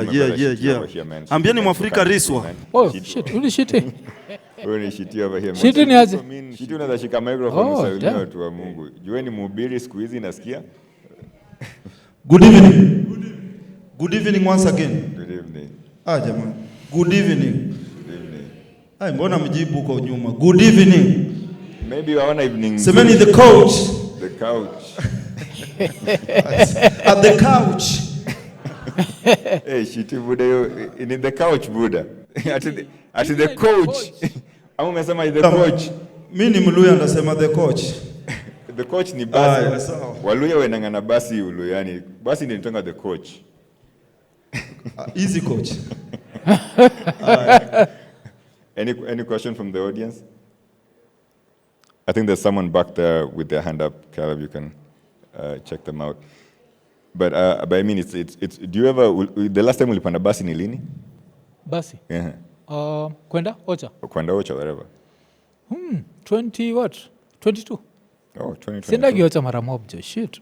Yeah, man. Me nagopanga mabasi, man. I think because of the way they overtake, man, I'm so afraid of riding buses. I mean, the last time I rode one was maybe a year ago or something. The last time nili drive na mtu ilikuwa 2024. Hated that. Majilo mnalala kidogo hivi. Afu fala John nilisikia tu ametoka kwa barabara. Oh shit. Nilisikia hiyo. So man. So kuna watu like who are always overspeeding. Unajua that's just a Kenyan thing. Everyone wants to kujisifu vile alifika haraka. So I hate that. You could tell us your name and ask your question. We can't see you though, but it's all good. It's okay. Good evening. My name is Opemo. Couch Connect, thank you very much for this invite. Mwafreeka, Job, always a pleasure. I've known you for a long while. Job, that is. Mwafreeka, this is my first time to actually see you on a podcast live, so I have a question directed to you concerning business and friendships. I've been keenly listening on how you put your principality on friendship and business. I mean, I'll mix both languages. Saile unaingia kwa biashara, I mean, you definitely know when you're getting into business with person X, who is assumed your friend, you assume some of their strengths. And both of you have a vision of how this business should be directed and how it should go. Normally, in this kind of venture, I'm assuming one person has an upper hand, for this example in your case, because you've had the experience, as you said, ya kujiskuma. Now, in the different management styles, even as you've been transiting through different radio stations, wouldn't you maybe have thought about people having different management styles? As an example, if you really didn't want to lose friend Ian, who had really wished to know who he is, I mean, there's person X who would have found a way to talk to him, but I understand what you said when you meant if it doesn't come from you, then the strength of the information, the power of the information you're passing, then won't really get to it. My question to you is, wouldn't you rather assume somebody else within the same circle for the sake of the business or otherwise, get the friendship together and get this young man and even others who are going to be under your wings? Because like you said, in your industry, you ain't going to be there forever. Thank you. Okay. I think the friendship you're talking about is me and a friend of mine called Rapcha. So we've known each other for, I think, since 2008. So that's 17 years, yes? So in these 17 years, I think what I came to understand was the dynamics. So at some point I was his boss, but then boss and business partner. So with the business partner, it would be the comedy show. So the comedy show, because even right now I'd say the main shida ilikuwa hiyo comedy show. So in the comedy show, one of the disadvantages that I have, unajua everyone has their own character flaws. One of my character flaws is, one of my flaws is here. If anyone pays me for anything, I always want them to come out feeling satisfied. So it's going to be very hard if I can't tell you that I feel the customer won't be satisfied. If I have to go through someone else to tell you, and I still call you a friend, then I think we are not friends anymore. Friends need to be honest with each other. So I think it's just, alafu unajua, if a friendship has lasted 17 years, understand, there are things that ikihappen, na kushtua, because you didn't expect it to happen. If you told me, like I was watching that show, Ronan Cut 4, yes? Should be released this week. And you'll see when it's starting, Nani's Rapcha is walking in front, alafu mimi nimeshikilia nini yake. Some footage I can give you. Nimeshikilia like maji yake or something. Because that's my friend, man. I want the best for you. What will you watch 3 will hear me say at 3 at the end, at 3, which was in 2023. I tell people there was a lot of fights in the making of this, but we got here. What were the fights about? Perfection. Yeah. Yes. So I think friends should always push each other. If it ends up splitting the friendship, sawa. If it does not, it's going to make it only stronger and make them more successful. So it's one of those things. You have to, also Maga, whatever you're looking for is on the other side of fear. So you can't fear that a friendship is going to break. You have to push it to the limit, man. Yeah, one of the things Opemo brings up, shout out Kevin Opemo. Kevin Opemo has been my friend since uni days. Yeah. And one of the things I think he said is, could you find someone else to try and amend the relationship? I think is what you're probably talking about, or find someone else to talk to your friend, especially when you feel like there could be some push and pull.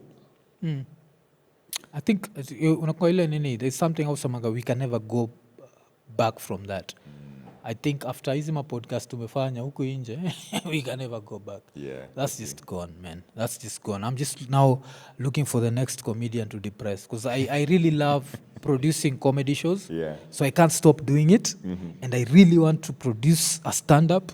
Sijui kama Shiti amekubali tuko sana, because I really want to produce a stand-up. So Shit, is your stand-up coming up soon? So kuna hiyo like, and mi vile nilikuwa nakwambia like, if a friend of mine makes a joke and I don't think it's funny, I'm going to tell them it's not funny. Wewe ulifanya kazi na Churchill. Hapo Churchill uliuanga dreams za watu wengi sana Mwafrika. This guy used to tell people who come to Mwafrika, to Churchill live. I'm imagining. I was najua Churchill alinipatia go job nini? Because alikuja kwa show ya Rapcha. Oh. So and so what you did, and so he yes. Yeah. So ndio akabaki ameniseti kwa hiyo nini. So it's still something that I want to do. Yeah. So I'm really hoping to produce a few comedy shows. If I can't produce the sort of comedies nataka, basi nitaproduce is already established people. But I'd want to produce a comedy of someone who's never been heard. Ile people are watu wanakuja tu guess, is this guy funny? Yeah. Still use the same formula. Because with that is you have to I think kuna kitu moja Obina alisema that making me laugh is hard. If you can make me laugh, it's making me kaunisa nini, you can, and the few people who've made me laugh kabisa, of course Shit is one of those. Yeah. So I know a good comedian. Mse kama Kisiangani tunapatanaga tu hivi, I know it's a funny motherfucker, like full time 24/7 comedian. So you understand. So right now the comedy scene has so many funny people. So now naweza taka that unknown gem. If I can get that unknown gem and just do that, but they'd hate me, I think, at the end of the day, because that's the worst thing. You'll come with the greatest idea. Yeah. Alafu nikwambia nope, I don't think it's funny. Nacheki. So but yeah, man. Any other question from the audience? From Mickey Big Fish? Okay. Is he somewhere close? Big Fish. So Shiti is saying Big Fish has a question, but I can't see Big Fish raising his hand. I mean, I can see him.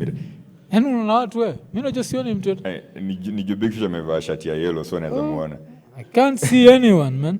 Caleb, you can Yeah. bring the mic. Oh, someone else has a question back there? Oh. Big Fish, I'll pass you the mic shortly. Job, I have one last question for Mwafreeka Okay. concerning, he talked really deeply about relationships and how we get into marriage and how men or boys even should transition into this responsibility, because you said as a married man, yeah, you'll push yourself. Now, addressing the scourge that is currently single motherhood, all the way from teenage pregnancies to even our sisters who have left previous marriages, they still get into others and end up being single mothers. Then, how then is the boy child expected to get into this complicated relationship with a single mother, probably of children X, and still expect to survive this relationship, knowing that he is still not the prize, yet he still has to provide? Hiyo ni ngumu hizo. Damn, mfanya nikafeel kama wale ma relationship experts, man. Because I don't think I'm a relationship expert. I've been married to one person, so I don't have experience ya kukwambia how to. As I said, unajua, I feel like it's Russian roulette to a certain level. Ama it's a gamble, like you end up married to this person, and if you are compatible, you're compatible. If you're not, you're not. But when it comes to single mothers, this is what I always say.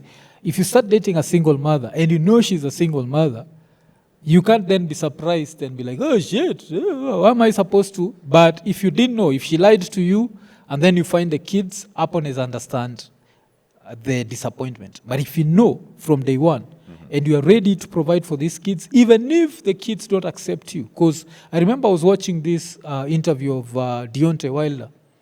And Deontay Wilder was talking about how he was dating this girl who was a single mother, and one day the son was like, you ain't even my dad, nigga.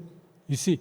And he'd put this kid kwa wheel yake, and he had to get the kid out of the wheel, throw the mother out. See, now that's the price you have to pay, that this person might never accept you. Even if their father is the biggest loser on planet Earth, they might never accept you as their dad. But let's say you are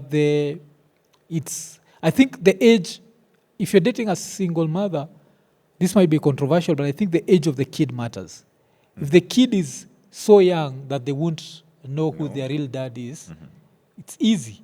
If it's a teenage boy, you don't expect some teenage boy to start calling you daddy. Like, he'll never But look does at it you. matter even if they don't call you daddy? I don't think it matters. For a lot of people, it matters if they don't get that fatherly love, because you see, they've stepped in for someone else. And stepping in for someone else it takes a special kind of man. I'm not that kind of dude. Like, I'm not. Like, I don't think there's a stand. Ataniambia, you're not my father. Ni saa saba usiku nimtoe nje. It's messed up. In North America, man, you'll find very complex blended families. Yeah. Very complex blended families. And you'd find, in some cases even, there's children in between. So someone left, then they came back and stuff like that. Yeah, And and najua. it's Yeah. very interesting. The first world is messed up, Yeah. man, I think. Yeah. Hey, man. Big Fish.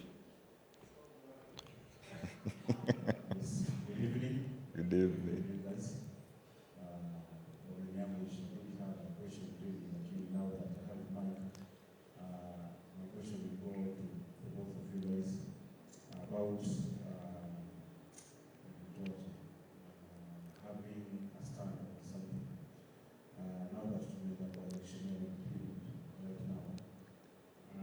You guys, that you have got a podcast developer platform, if you were approached, let's say, so you push a certain narrative or another candidate will push another narrative that you are against the stand, but you are some good money, can you change the yako and push that to your audience? Thank you. Thanks, Okay. Big Fish. That's a very compromising question. Mwaf, I'm going to let you go first because See. you're on this spot. Wewe ndio nataka kusikia opinion yako. Sitaki ni influence opinion yako, because I think my opinion on this is very public. Your opinion is very set, man. Yeah. Man, it's very interesting. So pushing a narrative, I think it will depend on the narrative that I'm pushing here. If it is a narrative that doesn't impact anywhere scientifically, so if you're telling me to say that the earth is flat, then that is a hard no. But I think everything else that borders on emotion, I think that one we can push. We can Because push that anasema narrative. hivyo useme like Kasongo 2-term.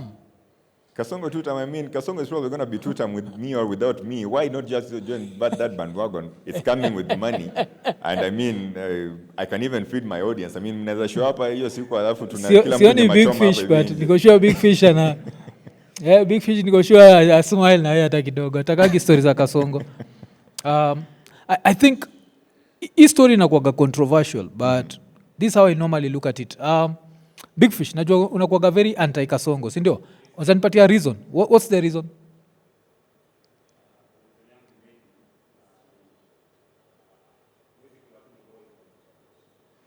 Okay. I'm going to repeat what he said. Okay. Yes, huwezi kula maboi na kusupport. Sawa. So swali nitakuuliza ni Uhuru alidedisha ase ya mazi?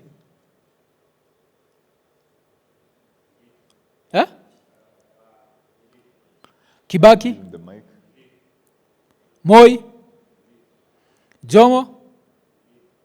So tukitumia mathematics where it's pattern recognition, the next president, what's the probability watadedisha wase? Yeah, so ndio nasemaga, if you want to give me a reason not to vote Ruto for the second term, let's not use deaths. Because if you use deaths, especially for mimi, wasota ichukua vibaya, but mimi ni mjaka, natoka Kisumu. All I know is the government kills. From 1969, the Kisumu massacre. So joga jio, 1969 massacre. Ile under Kenyatta, they walichukua gun wakashoot kwa crowd, si ndio? Then tuende kwa Moi, death. Tuende kwa Kibaki, 2007. A lot of people walidedishwa Kisumu, akina Kibich, Wajaka, ilikuwa ni government, haikuwa tribal. Tribal violence was mostly Kalenjins versus Kikuyus in Rift Valley. Unajua hivyo? But these major cities, the violence was the government on the people. Then toke hapo tuende Uhuru. Mwambe Gasek, nani anaitwa nani? Matiang'i alikuwa anatuambia tusipost picha. Wasa walikuwa wamepasuliwa ma brains zimejaa kwa streets in Kisumu. Your time. So to me, I never use death as the thing to judge these people. Because so far we've normalized that. So with that in mind, now, the question would be, Kasongo akiniambia nimsupport, what am I supporting? That's what I want to know. Like, what am I supporting? If the money is good, I've seen the deaths, man. I'm sorry, but I've seen the deaths. And I'm sad that people have not seen the deaths. That even when you talk about Rivayala, waswana sao Rivayala happened under Uhuru. Nacheki. Like when we talk about, kuna kuwaga na image flani online ya Raila na Ruto wakiwa city mortuary, bodies imejaa. Nani alikuwa amejaza hizo bodies? Kibaki. Understand? So let's not use the deaths as the nini. Let's say wizi. Like ile wizi na happen under this government. It's some ridiculous shit. Because nasemekana ilikuwa ni smart licenses ilitoka from 2 billion to 45 billion. If we talk about that, tubongejea hii stadium, Talanta inasemekana itakuwa more expensive than Emirates. When it's Arsenal, so of course it makes no sense. Talanta itakuwaje more expensive than Emirates? If we talk about that, and you tell me based on those principles, do not support Ruto, I'll shake your hand. But based on killing of civilians, let's be realistic, man. This hurts a lot of feelings, but these other presidents were brutal as Nacheki. And Are you saying that Ruto is not brutal? he's brutal just like them. He's not more brutal than more brutal than them. The only difference is him amedu hizi vitu when Kenyans are more woke. I think Big Fish has an answer to you, as a response. I Yeah. think, I respect your opinion. Yeah. Na Vile nimesema like based on other shit, sawa. unaweza kuwa nayo kidogo ni Yeah. cherry pick the evil. Ati? Una cherry pick the evils. Kitu mbaya wacha ikuwe ni mbaya. Kitu mzuri ni mzuri. Kama Yes. kumadana ni mbaya, ni mbaya. Yes. Since hawa watu wengine the former presidents wamefanya, it doesn't mean that it's good. We approve of it. What we Yes, I want don't right approve. now, tunataka situation, tuna build systems zenye any person mwenye anavai anajua when I get there sitafanya vitu kama hizi watu hawazipendi. Hatutakuwa tutachagua mtu ati since nani aliiba so huyu pia anaweza iba, huyu hapana. Okay, Tuweze okay. create system yenye mtu hata ikuwe ni walalo, ikuwe ni mzungu, ikuwe ni Chinese anakuwa president, nobody gives a fuck. Bora anafanya kitu. So wacha nikuulize. So nani, who do you pick? Who's your guy? That's a question that in push you on NIS. Are you one? Eh? And It's a question that NIS are pushing. Oh shit. You see cause with that ningekuambia ungeniambia Matiang'i ningekuambia Rivayala. Unacheki? Yeah. Ukiniambia so that's why opinion nakwambia like who is this my angel? opinion is we Yes. have good systems. Yenye any candidate hata wewe ukisimama tunakuchagua. Si lazima to focus na personalities. Okay, Yeah, I okay. think pushing Yeah, for that good makes sense. systems. That makes sense. I think- Alafu ni for the record, of course, I think the murders are wrong. That's why I know they've been happening. A lot of people who didn't know they've been happening are the ones who are surprised. Why? Because when the right guy, the guy they support was murdering, they looked away. Acheki, and that's what kuna a certain rapper wa Wu-Tang, Chizzi Genius, who are gonna line, you break the mirror that reminds you of your ugliness. And a lot of people get pissed off with me because Mwambiaga, these guys used to kill. You just used to look away. So it's been the thing. That does not mean that I support it. I'm just saying that since we've been ignoring this, that's the reason why it reached this level. Yeah. Otherwise, kama tungekuwa tuna Baby Pendo was 6 months old. Yasin Moyo walishutiwa, not even protest. Yasin was shot because of curfew. Alikuwa kwa balcony. Mtoi wa 12 years old akapigwa risasi ya kichwa kwa balcony ya madhake. Why? Because of COVID. Tuko tunaambia wase wakae kwa hao wasikufe, alafu tunaua mtu na bullet. Tunacheki. So these things have been happening. So sis, I don't support that. The only thing I'm saying is if Kasongo akikuja kwangu na do, I have to sit down and look at this money. Is this money worth the hate intapata? Nacheki. I'm being honest. Like, is it worth the hate? Alafu ni cheki. Cheki nani? Nione, hii do itafanya nipate keja Karen. Au amkujagi Karen. Sindio? Alafu, gari ikuwe tinted. Understand? So naangalia from your perspective. So the last thing nezataka waswa feel, ni waswa feel like Mwaf is so principled that I'd walk away from generational wealth. Man, fuck you as the voter, man. You have to make your own decision. I have one vote.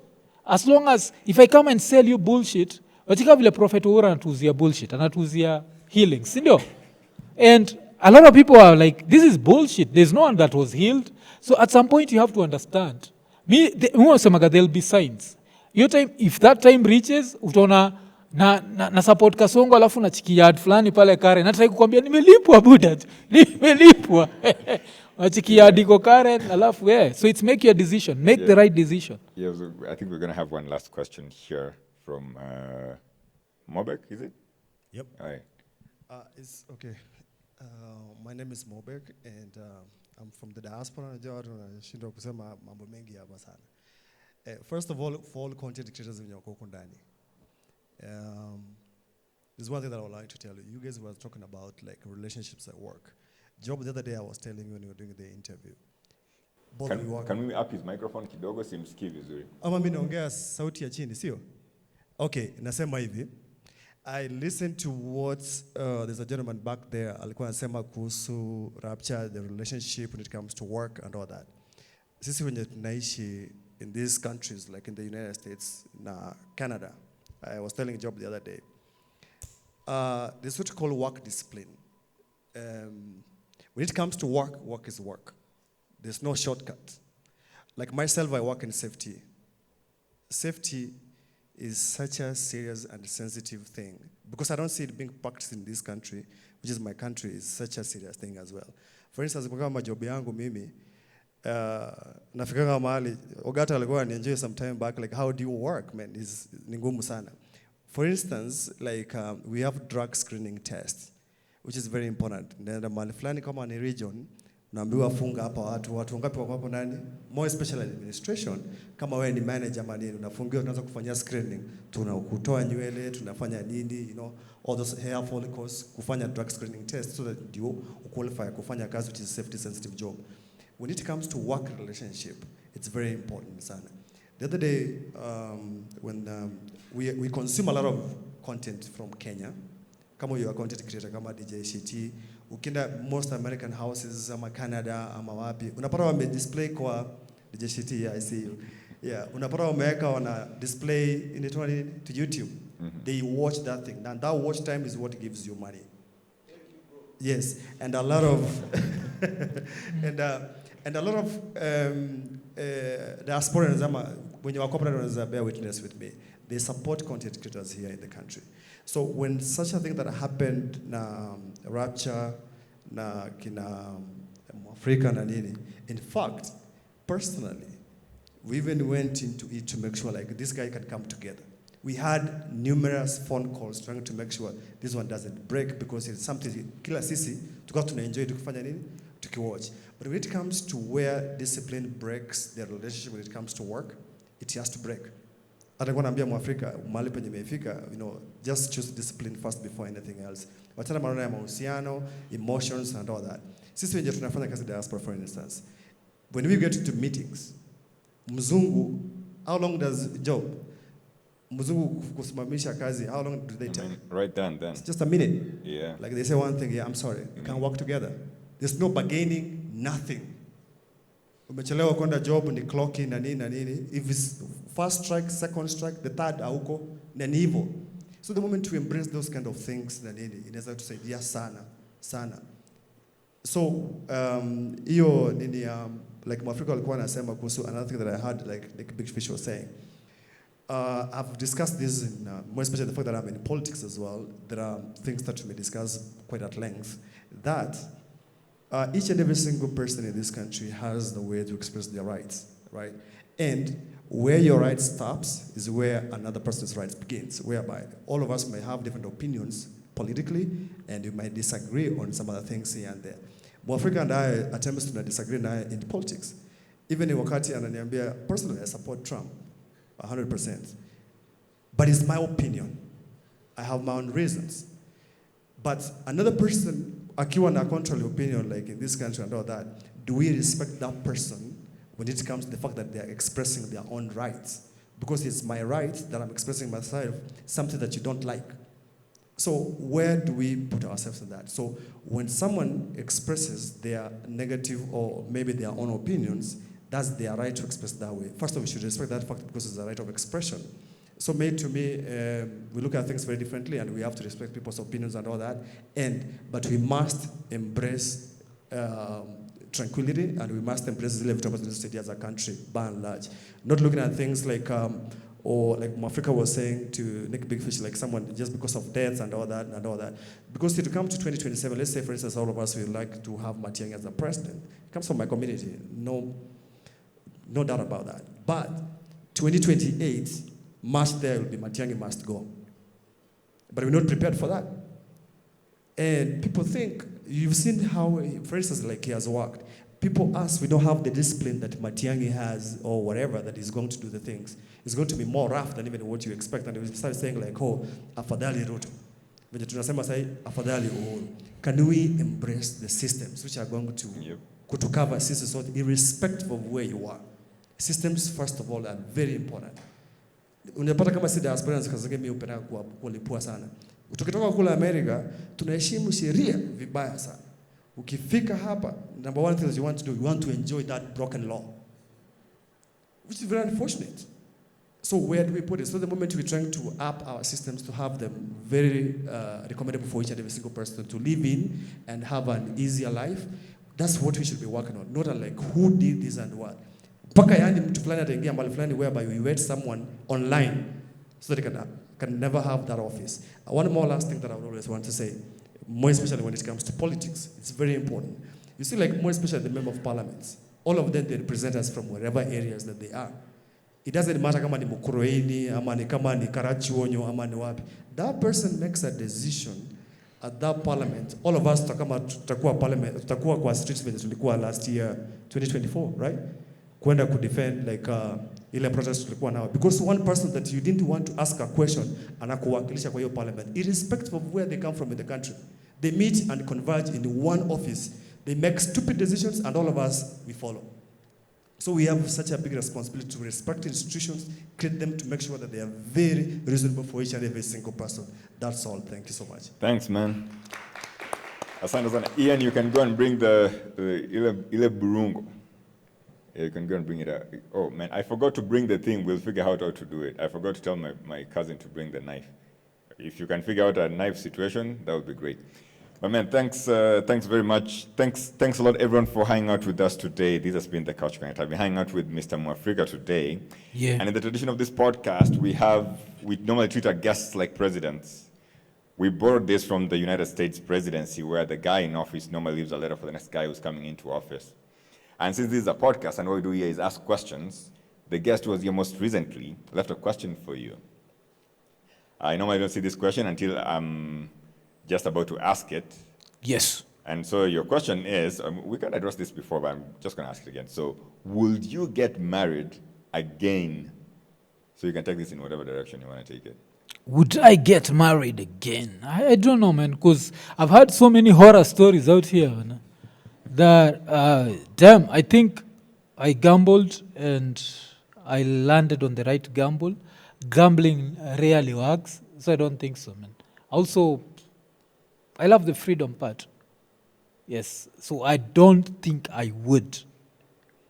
But, and I say this as someone who's I'm a happy dude. Like, I don't have sina shida mingi. Mm-hmm. But again, no, man, freedom Knowing is... what you now know. Yeah. And I think right now, also raising a kid remotely through Bluetooth works. Because technology is there. Back in the days, there was no technology, so you'd lose out on your kid. Mm-hmm. So, but if it's to the same person, yes. But some random stranger start doing Nini, gambling again, no. Hi, man. That's a very interesting way of answering the question. Yeah. So here's the opportunity to write your question to the next guest on the show. Of course, you know the next guest is going to be... I think I'll get a question from someone hapa. I think Shiti, I think alikuwa hapa. Because mimi niliulizaga last time. Nani ako na swali anataka kuuliza guest? Yeah, the next guest on the show is not Miguna, so don't ask Miguna's shit. question. It's Miguna. But if you want to ask a question for Miguna, we can frame that separately. There's another guest on the show. I have a pod tomorrow. I'm recording a pod tomorrow before Miguna's on Sunday. Okay. Yeah. Tungekuwa Miguna niko na So swali. uliza zote mbili basi. You can Okay. ask one for Miguna one for mtasikia baadaye ile siku atakuwa nini. Yeah. Okay, But- kani Miguna. but- Wacha nimuulize swali. I want to give a shout out to everyone who's come here tonight, man. Thanks for your support. This is so surreal. When I started this podcast, I didn't think it would be anything. I didn't even know what I was doing. I normally tell my friends I had my equipment lying around. Guys who've come to my studio, they've seen some of my equipment. So I had some of it lying around. I didn't know what to do with it. And during COVID, we just started with a couple of friends of mine and my cousin Kevin. And so we'd basically go to people's homes, we'd set cameras, and I'd either play the guitar or a friend of mine would play the piano, and then we'd just sing. And we did that for about 7 months.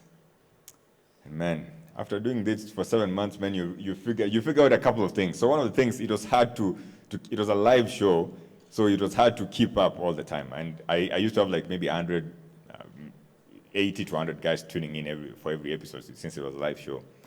And the second problem that we got is that traveling was a problem in itself. So carrying equipment, traveling to whatever location was a problem in itself. Then the third problem we had is people don't know how to sing. So people would imagine they know how to sing, but they just don't. Mazee go up on a microphone. We used to do hymns and stuff like that. Since we are Adventists, we're Seventh-day Adventists, and so we just used to go and sing music, and so it was just very interesting. And so after doing this for 7 months, man, I burnt out, and I said I'm gonna take a weekend off. And before I knew it, it was 3 years. And so last year we came back. My very good friend and brother Francis Moseri pushed me.